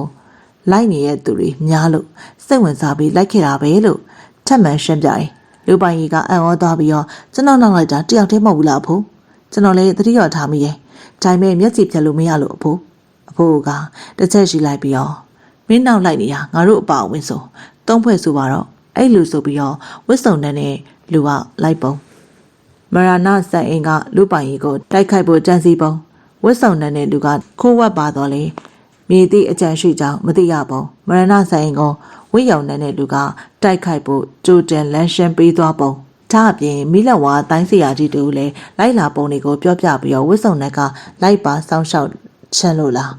တစုံတရာအကြံစီရှိလို့လားစဉ်းစားဖို့ပြောပြီးလက်ရှိဝစ်စုံနဲ့ဂိုင်းကြောင်းပြောပြပြီးတော့လူပိုင်ကြီးကိုတတိထားဖို့နဲ့ရှောင်းလင်းကျောင်းတော်ကိုဝစ်စုံနဲ့ဂိုင်းကတိုက်ခိုက်ဖို့စီစဉ်နေရကြောင်းရှောင်းလင်းကိုသွားဖို့ပြောပြီးလူပိုင်ကြီးကိုသူအားရဲ့အချိန်မှာနေပြည်တော်ကိုလာခဲ့ဖို့ဖိတ်ခေါ်ပြီးတော့မြင်းမလေးနဲ့အတူထွက်ခွာသွားပါတယ်မြေဖိုးနှစ်ယောက်ထွက်သွားတာနဲ့လူပိုင်ကြီးလည်းတိုင်းလောကအကျိုးကိုတတက်တအားတဲ့ဖို့ရှောင်းလင်းကျောင်းတော်ကိုဦးတီကခီးဆက်ပါတယ်ဖေဖေတို့လူကြီးတွေကအကုန်မတရားတောင်ကျော်တစ်ခုကိုကြော်ပြလိုက်ကြနဲ့စိတ်ထိခိုက်နေစွာနဲ့ပြောလိုက်တဲ့မိန်းကလေးတယောက်ရဲ့အတန်ကိုကြားလိုက်ရတယ်။သမီးကပါမှာဖေဖေရဲ့မေမေရဲ့ဦးလေးရဲ့၃ယောက်ပဲရှိခဲ့တာ။အခုတော့ဒီ၃ယောက်လုံးသမီးဘက်မှာမရှိဘူး။ဆက်လက်ထွက်ပေါ်လာတဲ့အတန်ကြောင့်အသားရချင်းကပ်ကြည့်လိုက်ရအနက်ရောင်တိုင်းဝတ်စုံကိုဝတ်ဆင်ထားပြီးတော့ကြောက်မှတ်ပွဲမျက်နှာဖုံးတစ်ခုကိုကန်ထားတဲ့ယောက်ျားကြီးတစ်ယောက်ရဲ့ကြောပြင်းနဲ့အဖြူအောင်ဝတ်စုံကိုဝတ်ဆင်ထားတဲ့မိန်းကလေးတစ်ယောက်ရဲ့ဝမ်းနဲ့မှုတို့ပေါင်းစုံနေတဲ့ငုံမဲမဲမျက်နှာလေးကိုတွေ့လိုက်ရပါတယ်ဝတ်စုံတဲ့လူကြီးကသမီးလေးရဲ့သမီးခံစားနေရပြီဖေဖေနားလေပါတယ်သမီးရဲ့ဒါပေမဲ့သမီးလေးရဲ့ဖေဖေလည်းသမီးလိုပဲခံစားရတာပါပဲလွန်ခဲ့တဲ့နှစ်ပေါင်း30ရာဖေဖေခံစားခဲ့ရတာဖေဖေဘဝကိုဖေဖေအဲ့ကလေးကမပိုင်ခဲ့တာဖေဖေရဲ့မာနတွေတိတ်ခါတွေပတ်ဝန်းကျင်တစ်ခုလုံးနဲ့အတူပျောက်ဆုံးခဲ့ရတာသမီးတို့မေမေကိုစတွေ့ကြရဖေဖေခံစားခဲ့ရတာဖေဖေခံစားရတာသမီးလေးတွေ့နေကြအစိတ်ယောဂမျိုးမဟုတ်ဘူးသမီးလေးဖေဖေခံစားခဲ့တာအချစ်ယောဂအခုဖေဖေမှာသမီးမေမေကိုချစ်တဲ့အချစ်ယောဂကြီးကျွမ်းနေပြီခုချိန်မှာသမီးမေမေဟာဖေဖေအသက်ကိုယူချင်နေဆိုရင်တော့ဖေဖေကိုယ်တိုင်လက်ထဲထည့်ပေးကြလောက်ယောဂကျွမ်းသွားပြီသမီးလေးရဲ့ အဲ့လိုသူ့ရဲ့ခံစားချက်ကိုတော်တော်ရင်နဲ့ပြောနေရင်မင်းမပြိုလေးကိုဖတ်ပြီးငိုရှာပါတယ်လူပိုင်ရီကကြည့်နေရင်ကဘာအကြောင်းဆိုတာကိုနားမလည်နိုင်မဲရှိနေမိရဲ့အဲ့ဒီသားဖားနှစ်ယောက်ကအတန်ကြာငိုကြွေးပြီးသမီးလေးဖေဖေကိုလာမပြောနေနော်ဖေဖေကိုမုန်းတီးပါနဲ့နော်သမီးဖေဖေရလေတခြားသူတွေအတွက်သာငကားကြည့်လို့စိတ်ပြန်းတာပါမိသားစုအတွက်တော့ဖေဖေကရှင်းမွေးတစ်ခေါက်မှကွယ်သမီးဖြစ်ချင်တာတွေမမေနဲ့ဦးလေးကိုပြောနော်တိတ်သမီးလေးမငုံနေရောနော်ဖေဖေရင်မချိလို့ပါကလေးရဲ့အဲ့လိုဆိုရင်မင်းပြိုလေးကိုမျက်ရည်တွေတုပ်ပေးပြီးတော့နှစ်ဖူးပြန်လေးကိုအထက်လမ်းရှာလိုက်ပါတယ်အဲ့နောက်သမီးလေးဖေဖေသွားတော့မယ်နော်ဖေဖေလေးသမီးမမေလိုချင်တာမရှာရအောင်ယူပြီးပြန်လာမယ်သမီးလေးအိမ်ကိုပြန်ပြီးတော့မမေနာမနေနော်အဲ့လိုတဖွာဖွာမှာကထွက်ခွာသွားပါတော့တယ်လူပိုင်ရင်းနေနဲ့အဲ့လူကြီးနောက်ကိုလိုက်ကအဲ့လူရဲ့မိန်းမလိုချင်တဲ့အရာကိုမရှာရှာအောင်ကူညီပေးလို့တော့လေတိုင်းလောက်ကတစ်ခုလုံးအတွက်ရှောင်းလင်းចောင်းတော်သွားဖို့လိုအပ်နေရကြောင်းသာစိတ်ကိုမနှဲကြလိုက်ပြီးမလိုက်သွားပဲနေခဲ့တာပါအပြောင်းဝဲမဲမပြောရလဲတရွေ့ထွက်ခွာသွားပြီးဖြစ်ပြီးတော့လူပိုင်ကြီးကလည်းရှောင်းလင်းចောင်းတော်ရှိရာကိုခီးဆက်ပါတော့တယ်တကယ်လို့သာဒီဝတ်စုံနဲ့လူကြီးဟာမိမိရဲ့စီယာမန်လူပိုင်ကြီးသိနေခဲ့ပါရင်အခုသွားနေရလက်ဟာဆရာသခင်ဖြစ်သူနဲ့ရန်သူအဖြစ်ကြုံတွေ့ရမယ်မှန်သိခဲ့မယ်ဆိုရင်တော့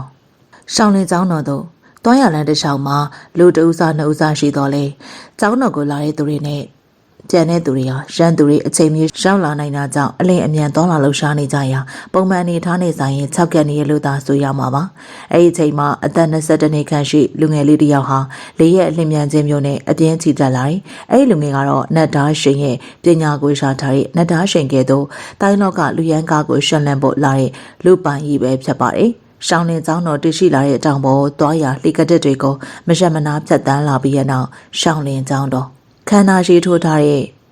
မုတ်ဦးဆိုင်ဘုတ်ကိုတစ်ချက်များကြည့်လိုက်ပြီးတော့ကျောင်းတော်တွေကိုဝင်လိုက်တဲ့အခါမှာတော့လက်နက်ကိုစီကိုင်းဆောင်ပြီးစောင့်ကြနေတဲ့သူတွေကိုတွေ့ရပါတယ်ဟိတ်မင်းမတူလေဘသူနဲ့တွေ့ကြလို့လေလက်နက်ကိုင်းဆောင်ထားတဲ့လူတစ်ယောက်ကအဲ့ဒီလိုဟန်တာမိလိုက်ပါတယ်လူပိုင်ကြီးကကျွန်တော်နာမည်လူပိုင်ကြီးပါလူတူစန်တိုင်းသမားရှောင်းလိဘုံရဲ့တပည့်ပါရှောင်းလင်းကိုအားပြေဝရှောက်လာတာပါလို့ပြောလိုက်တယ်အဲ့ဒီကအဆောင်တောင်ဝင်ထမ်းဆောင်နေရဲ့အသက်ကြီးရဲ့လူတစ်ယောက်ကမောင်ရလေးဟာလူတူဆိုင်ရဲ့တပည့်ကိုလာမမောင်ရလေးဆရာတော်ကြီးစီကိုလိုက်ပို့ပေးမယ်ခုကအချိန်ကြီးရှုပ်ထွေးနေတော့မင်းမရအောင်စိတ်ထဲမထပါနဲ့အဲ့ဒီလိုပြောက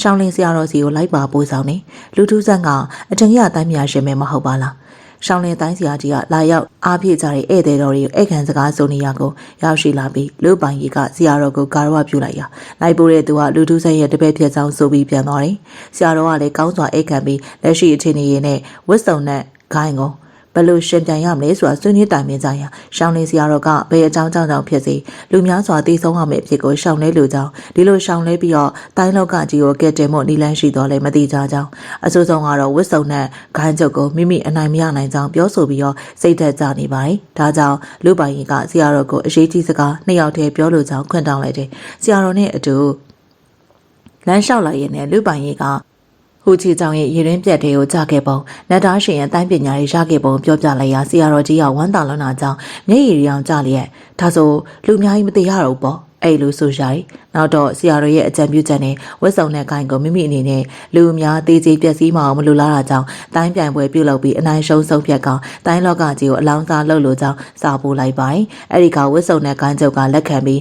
လက်အောက်ကိုတိမ့်သွင်းထားတဲ့အနက်ရောင်တိုင်းလောကသားရဲ့ချိန်ရလျက်ဝတ်စုံတဲ့ခိုင်သားတွေကိုဥဆောင်ကအင်အား1000ခန့်နဲ့ရှောင်းလင်းရဲ့အကြောင်းတော်ကိုချီတက်လာကတိုင်းပြိုင်ပွဲစတင်စေပါတယ်ဝတ်စုံတဲ့ခိုင်ချုပ်ကလောဘသားမဟုတ်ပဲအချစ်ဆိုတဲ့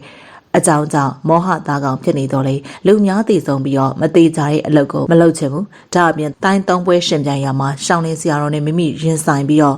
မိမိရဲ့အတူကချုပ်ကရှောင်းလင်းဆရာတော်ကလည်းပြီးရှောင်းလင်းမရှိရဲ့ဘသူမဆိုရင်ဆိုင်ရှင်ပြိုင်နိုင်တာကြောင့်သုံးပွဲမှာနှစ်ပွဲနိုင်ကမိမိလိုချင်တဲ့ပန်းနိုင်ကိုရမယ်လို့ရှုံကြည်အားကြောင့်လက်ခံလိုက်ပါတယ်တိုင်းပြိုင်ပွဲစတက်ပါပြီပထမပြိုင်ပွဲဝက်စုံနဲ့ကိုင်းဘက်ကမြေကွေးနဲ့ကိုင်းကျုပ်လူချီနဲ့ရှောင်းလင်ကတူကိုင်းကျုပ်တို့ရင်ဆိုင်ကြမှာပါပြိုင်ပွဲစတင်လိုက်တာနဲ့လူချီကမြေကွေးအစာလူတိုင်းခွက်နဲ့စတင်တိုက်ခိုက်ပါတယ်လူချီကအနှိမ်အောင်တိုင်းလောကရဲ့ဘရဲတဆူဖြစ်တာနဲ့အညီအတွင်အားကောင်းမွန်ကမြေကွေးတိုင်းချမ်းကလည်းမြေကွေးတို့ရဲ့သဘောတဘာဝကိုအတူယူကပြုစုထားတဲ့တိုင်းချမ်းဖြစ်တာကြောင့်ပရိယေတွေနဲ့များပြီးတော့ရက်ဆက်လွန်လာပါတယ်။ဒါအပြင်မိမိအနိုင်ရရင်တေချာပေါ့တိုင်းလောကကြီးကိုအုပ်စိုးနိုင်မယ်လို့ဝတ်စုံနဲ့ကန်းချုပ်ကပြောတာကြောင့်အသေးခံတိုက်ကွက်တွေထုတ်ကကြမ်းကြမ်းရရန်တိုက်ခိုက်လေရာရှောင်းလင်းတုကန်းချုပ်ကတိုက်ကွက်မထုတ်နိုင်တော့ပဲခုခံလို့သာနေရတော့တယ်။ တိုင်းကွက်ပိုင်း90ကျော်လာတဲ့နေ့မခုခံနိုင်တော့ပဲလူကြီးရဲ့မြေခွေးမိစ္ဆာတိုင်းကွက်နဲ့9ချက်မိကတည်ဆုံသွားပါတော့တယ်ဝတ်စုံနဲ့ကိုင်းချုပ်ကဘသူလာလာ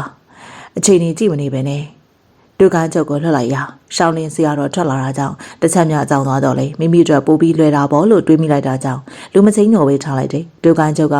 ရှောင်းလင်းဆရာတော်ဟူချမ်းကိုလက်နေတော့လေညနေပုံးတက်ဆန်ထားတာကြောင့်သူ့ရဲ့ကြောက်လန့်မှုကအခြားသူမမြင်ရဘူးအတွေ့ရမှာတော့နှစ်ပွဲတစ်ပွဲနဲ့မိမိတို့တေးချပေါက်နိုင်တော့မယ်လို့တွေကတစ်ချက်လောက်အထီးကံပြီးမိကျင်အောင်ဆောင်လိုက်မယ်လို့သာအတွေ့နဲ့ခြေနဲ့စွာရှင်ပြန်လိုက်ပါတယ်ဒါပေမဲ့ဆရာတော်ဟူချင်းကတိုင်းလောကအတွက်အရေးကြီးနေပြီဖြစ်လို့တစ်ဖက်လူကလည်းမျက်နှာပုံးစွတ်ထားသူဖြစ်ကဘသူမှမသိရလို့အဲ့လူကကောက်ချက်သူဖြစ်မိမိရှုံးနိုင်ကတိုင်းလောကကြီးလည်းကြာဆုံးမယ်ဆိုတဲ့စိတ်နဲ့တိုင်ပွဲစတင်တာနဲ့တစ်ဖက်လူကိုကောက်ချက်ခွင့်မရစေဘူးအပြင်းထန်ဆုံးအလင်းမြန်ဆုံးတိုက်ခိုက်ပြလိုက်ရာဝတ်စုံနဲ့ကန်ကြောက်ကအထိမခံရတော့ပဲစူးစားရှောင်တိန်လိုက်ပါတယ်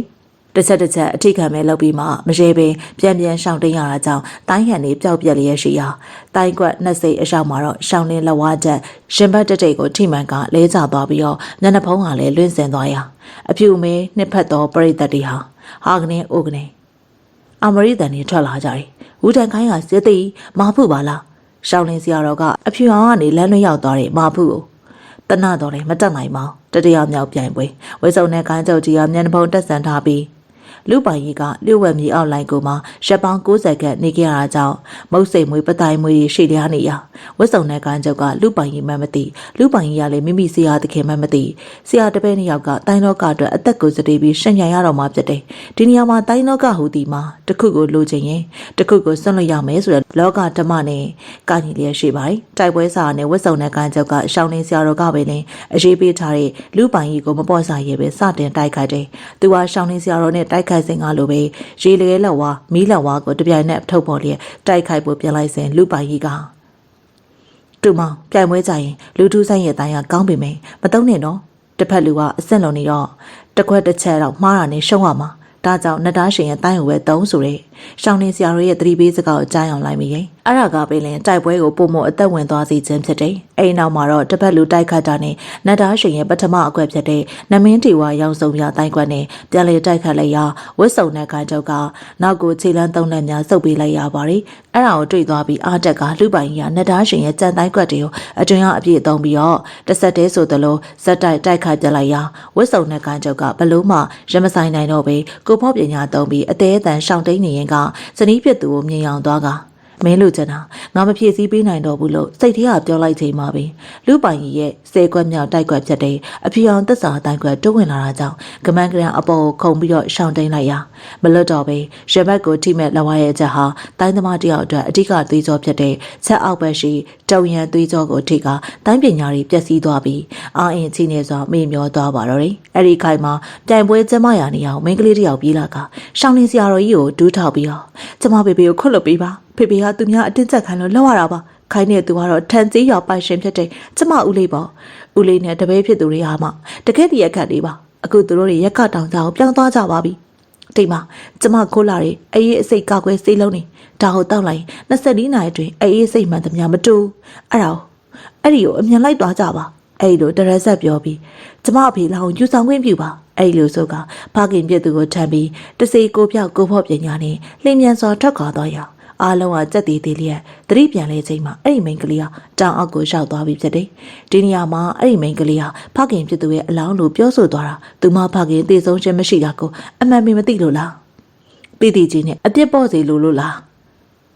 းအဲ့လိုဖြစ်ရမှန်ကိုသိရဲ့ထိတ်တန်းတိုင်းသမားတချို့ကတွေးတောနေမိကြတယ်ရက်ခတောင်ကြားသို့အဖြူရောင်တိုင်းသမားတွေအစုံကြီးရောက်ရှိလာကတောင်ကြားအလုံးကိုဝိုင်းထားကြပြီးတော့ရှောင်းလင်းစရာတော်ကြီးကအစိတ်ကာကွယ်စေလုံးကတရားကျော်ဝဲပါတာဖြစ်တဲ့အတွက်အလုံးဝင်လို့မရအောင်ဒီတော့အဖြူရောင်တိုင်းခန်းကျုပ်တွေနဲ့မိမိခိုင်ကတိုင်းအစွမ်းတက်ဆုံးလူ3ယောက်စီပဲဝင်ကြမယ်ကျန်တဲ့တိုင်းသမားတွေကတော့ဒီအပြင်စည်းကနေပဲတောင်ကြားကနေထွက်ပြေးလာသူမှန်သမျှတားဆီးထားကြအဲ့လိုဆိုကအုပ်စုခွဲပြီးစေလုံးနေတော့ကဒီလိုတွေကတော့အစိတ်ပါတဲ့ကိုတွေဖြစ်တဲ့အတွက်ငှက်ညာလို့မဖြစ်ဘူးလို့ရှောင်းနေစရာတော့ကစေတီကရနဲ့ဆိုကထားပါလေတတဝါတစ်ခုကန်တစ်ခုပဲပေါ့လို့မိတ်ပါတယ်အဲ့ဒီခါကျမှတောင်ကြားကိုဖြူအောင်တိုင်းတေတီတွေကတဟုန်တူပြေးဝင်တိုက်ခါကြရသွေးပြတ်နေပြီဖြစ်တဲ့ထံမျိုးနယ်နဲ့ရက်ခါတို့ကတပည့်အပေါင်းပါတစုနဲ့အတူ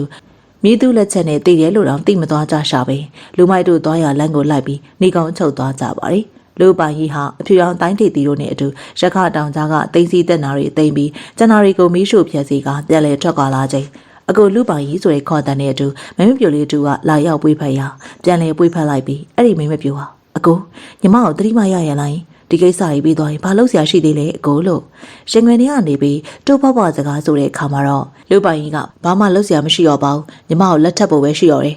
ကုဖုံလေးရဲ့အဲ့လိုဆိုကအကိုလူပိုင်ကြီးအတွက်တိုင်းမျိုးဆက်လေးမွေးပေးပါနော်အကိုတိုင်းတော့ကနားကျက်ပြီလို့ဆိုလိုက်တော့ကုဖုံကအကိုဘာကြီးပြောနေရလဲရှက်လိုက်တာဆိုပြီးတော့ရှင်ငွေနေကိုတုံးဝင်လိုက်ပြီးတိုင်းလောကဘာလို့နားကျင်တာလဲကိုလို့ထပ်မိလိုက်တော့လူပိုင်ကြီးကတိုင်းလောကဆိုတာဘာလဲလို့အကိုသိသွားပြီလေအကိုသာတိုင်းမျိုးဆက်လေးမြက်မြက်မွေးပေးပါနော်လို့ထပ်မံတောင်းဆိုလိုက်ရကုဖုံကချစ်စပွဲမွေးရလေးနဲ့မျက်နှာလေးမော်ကခေါင်းကြီးပြလိုက်တော့တယ်တောင်မျိုးပြိုနေရောက်ကခေါင်းချင်းဆိုင်ပြီးတော့အငုံမျက်လုံးအပြုံးမျက်နှာလေးနဲ့ကြည့်ရှုနေရဲဆိုတာကိုသာလူပိုင်ကြီးတရားသိမယ်ဆိုရင်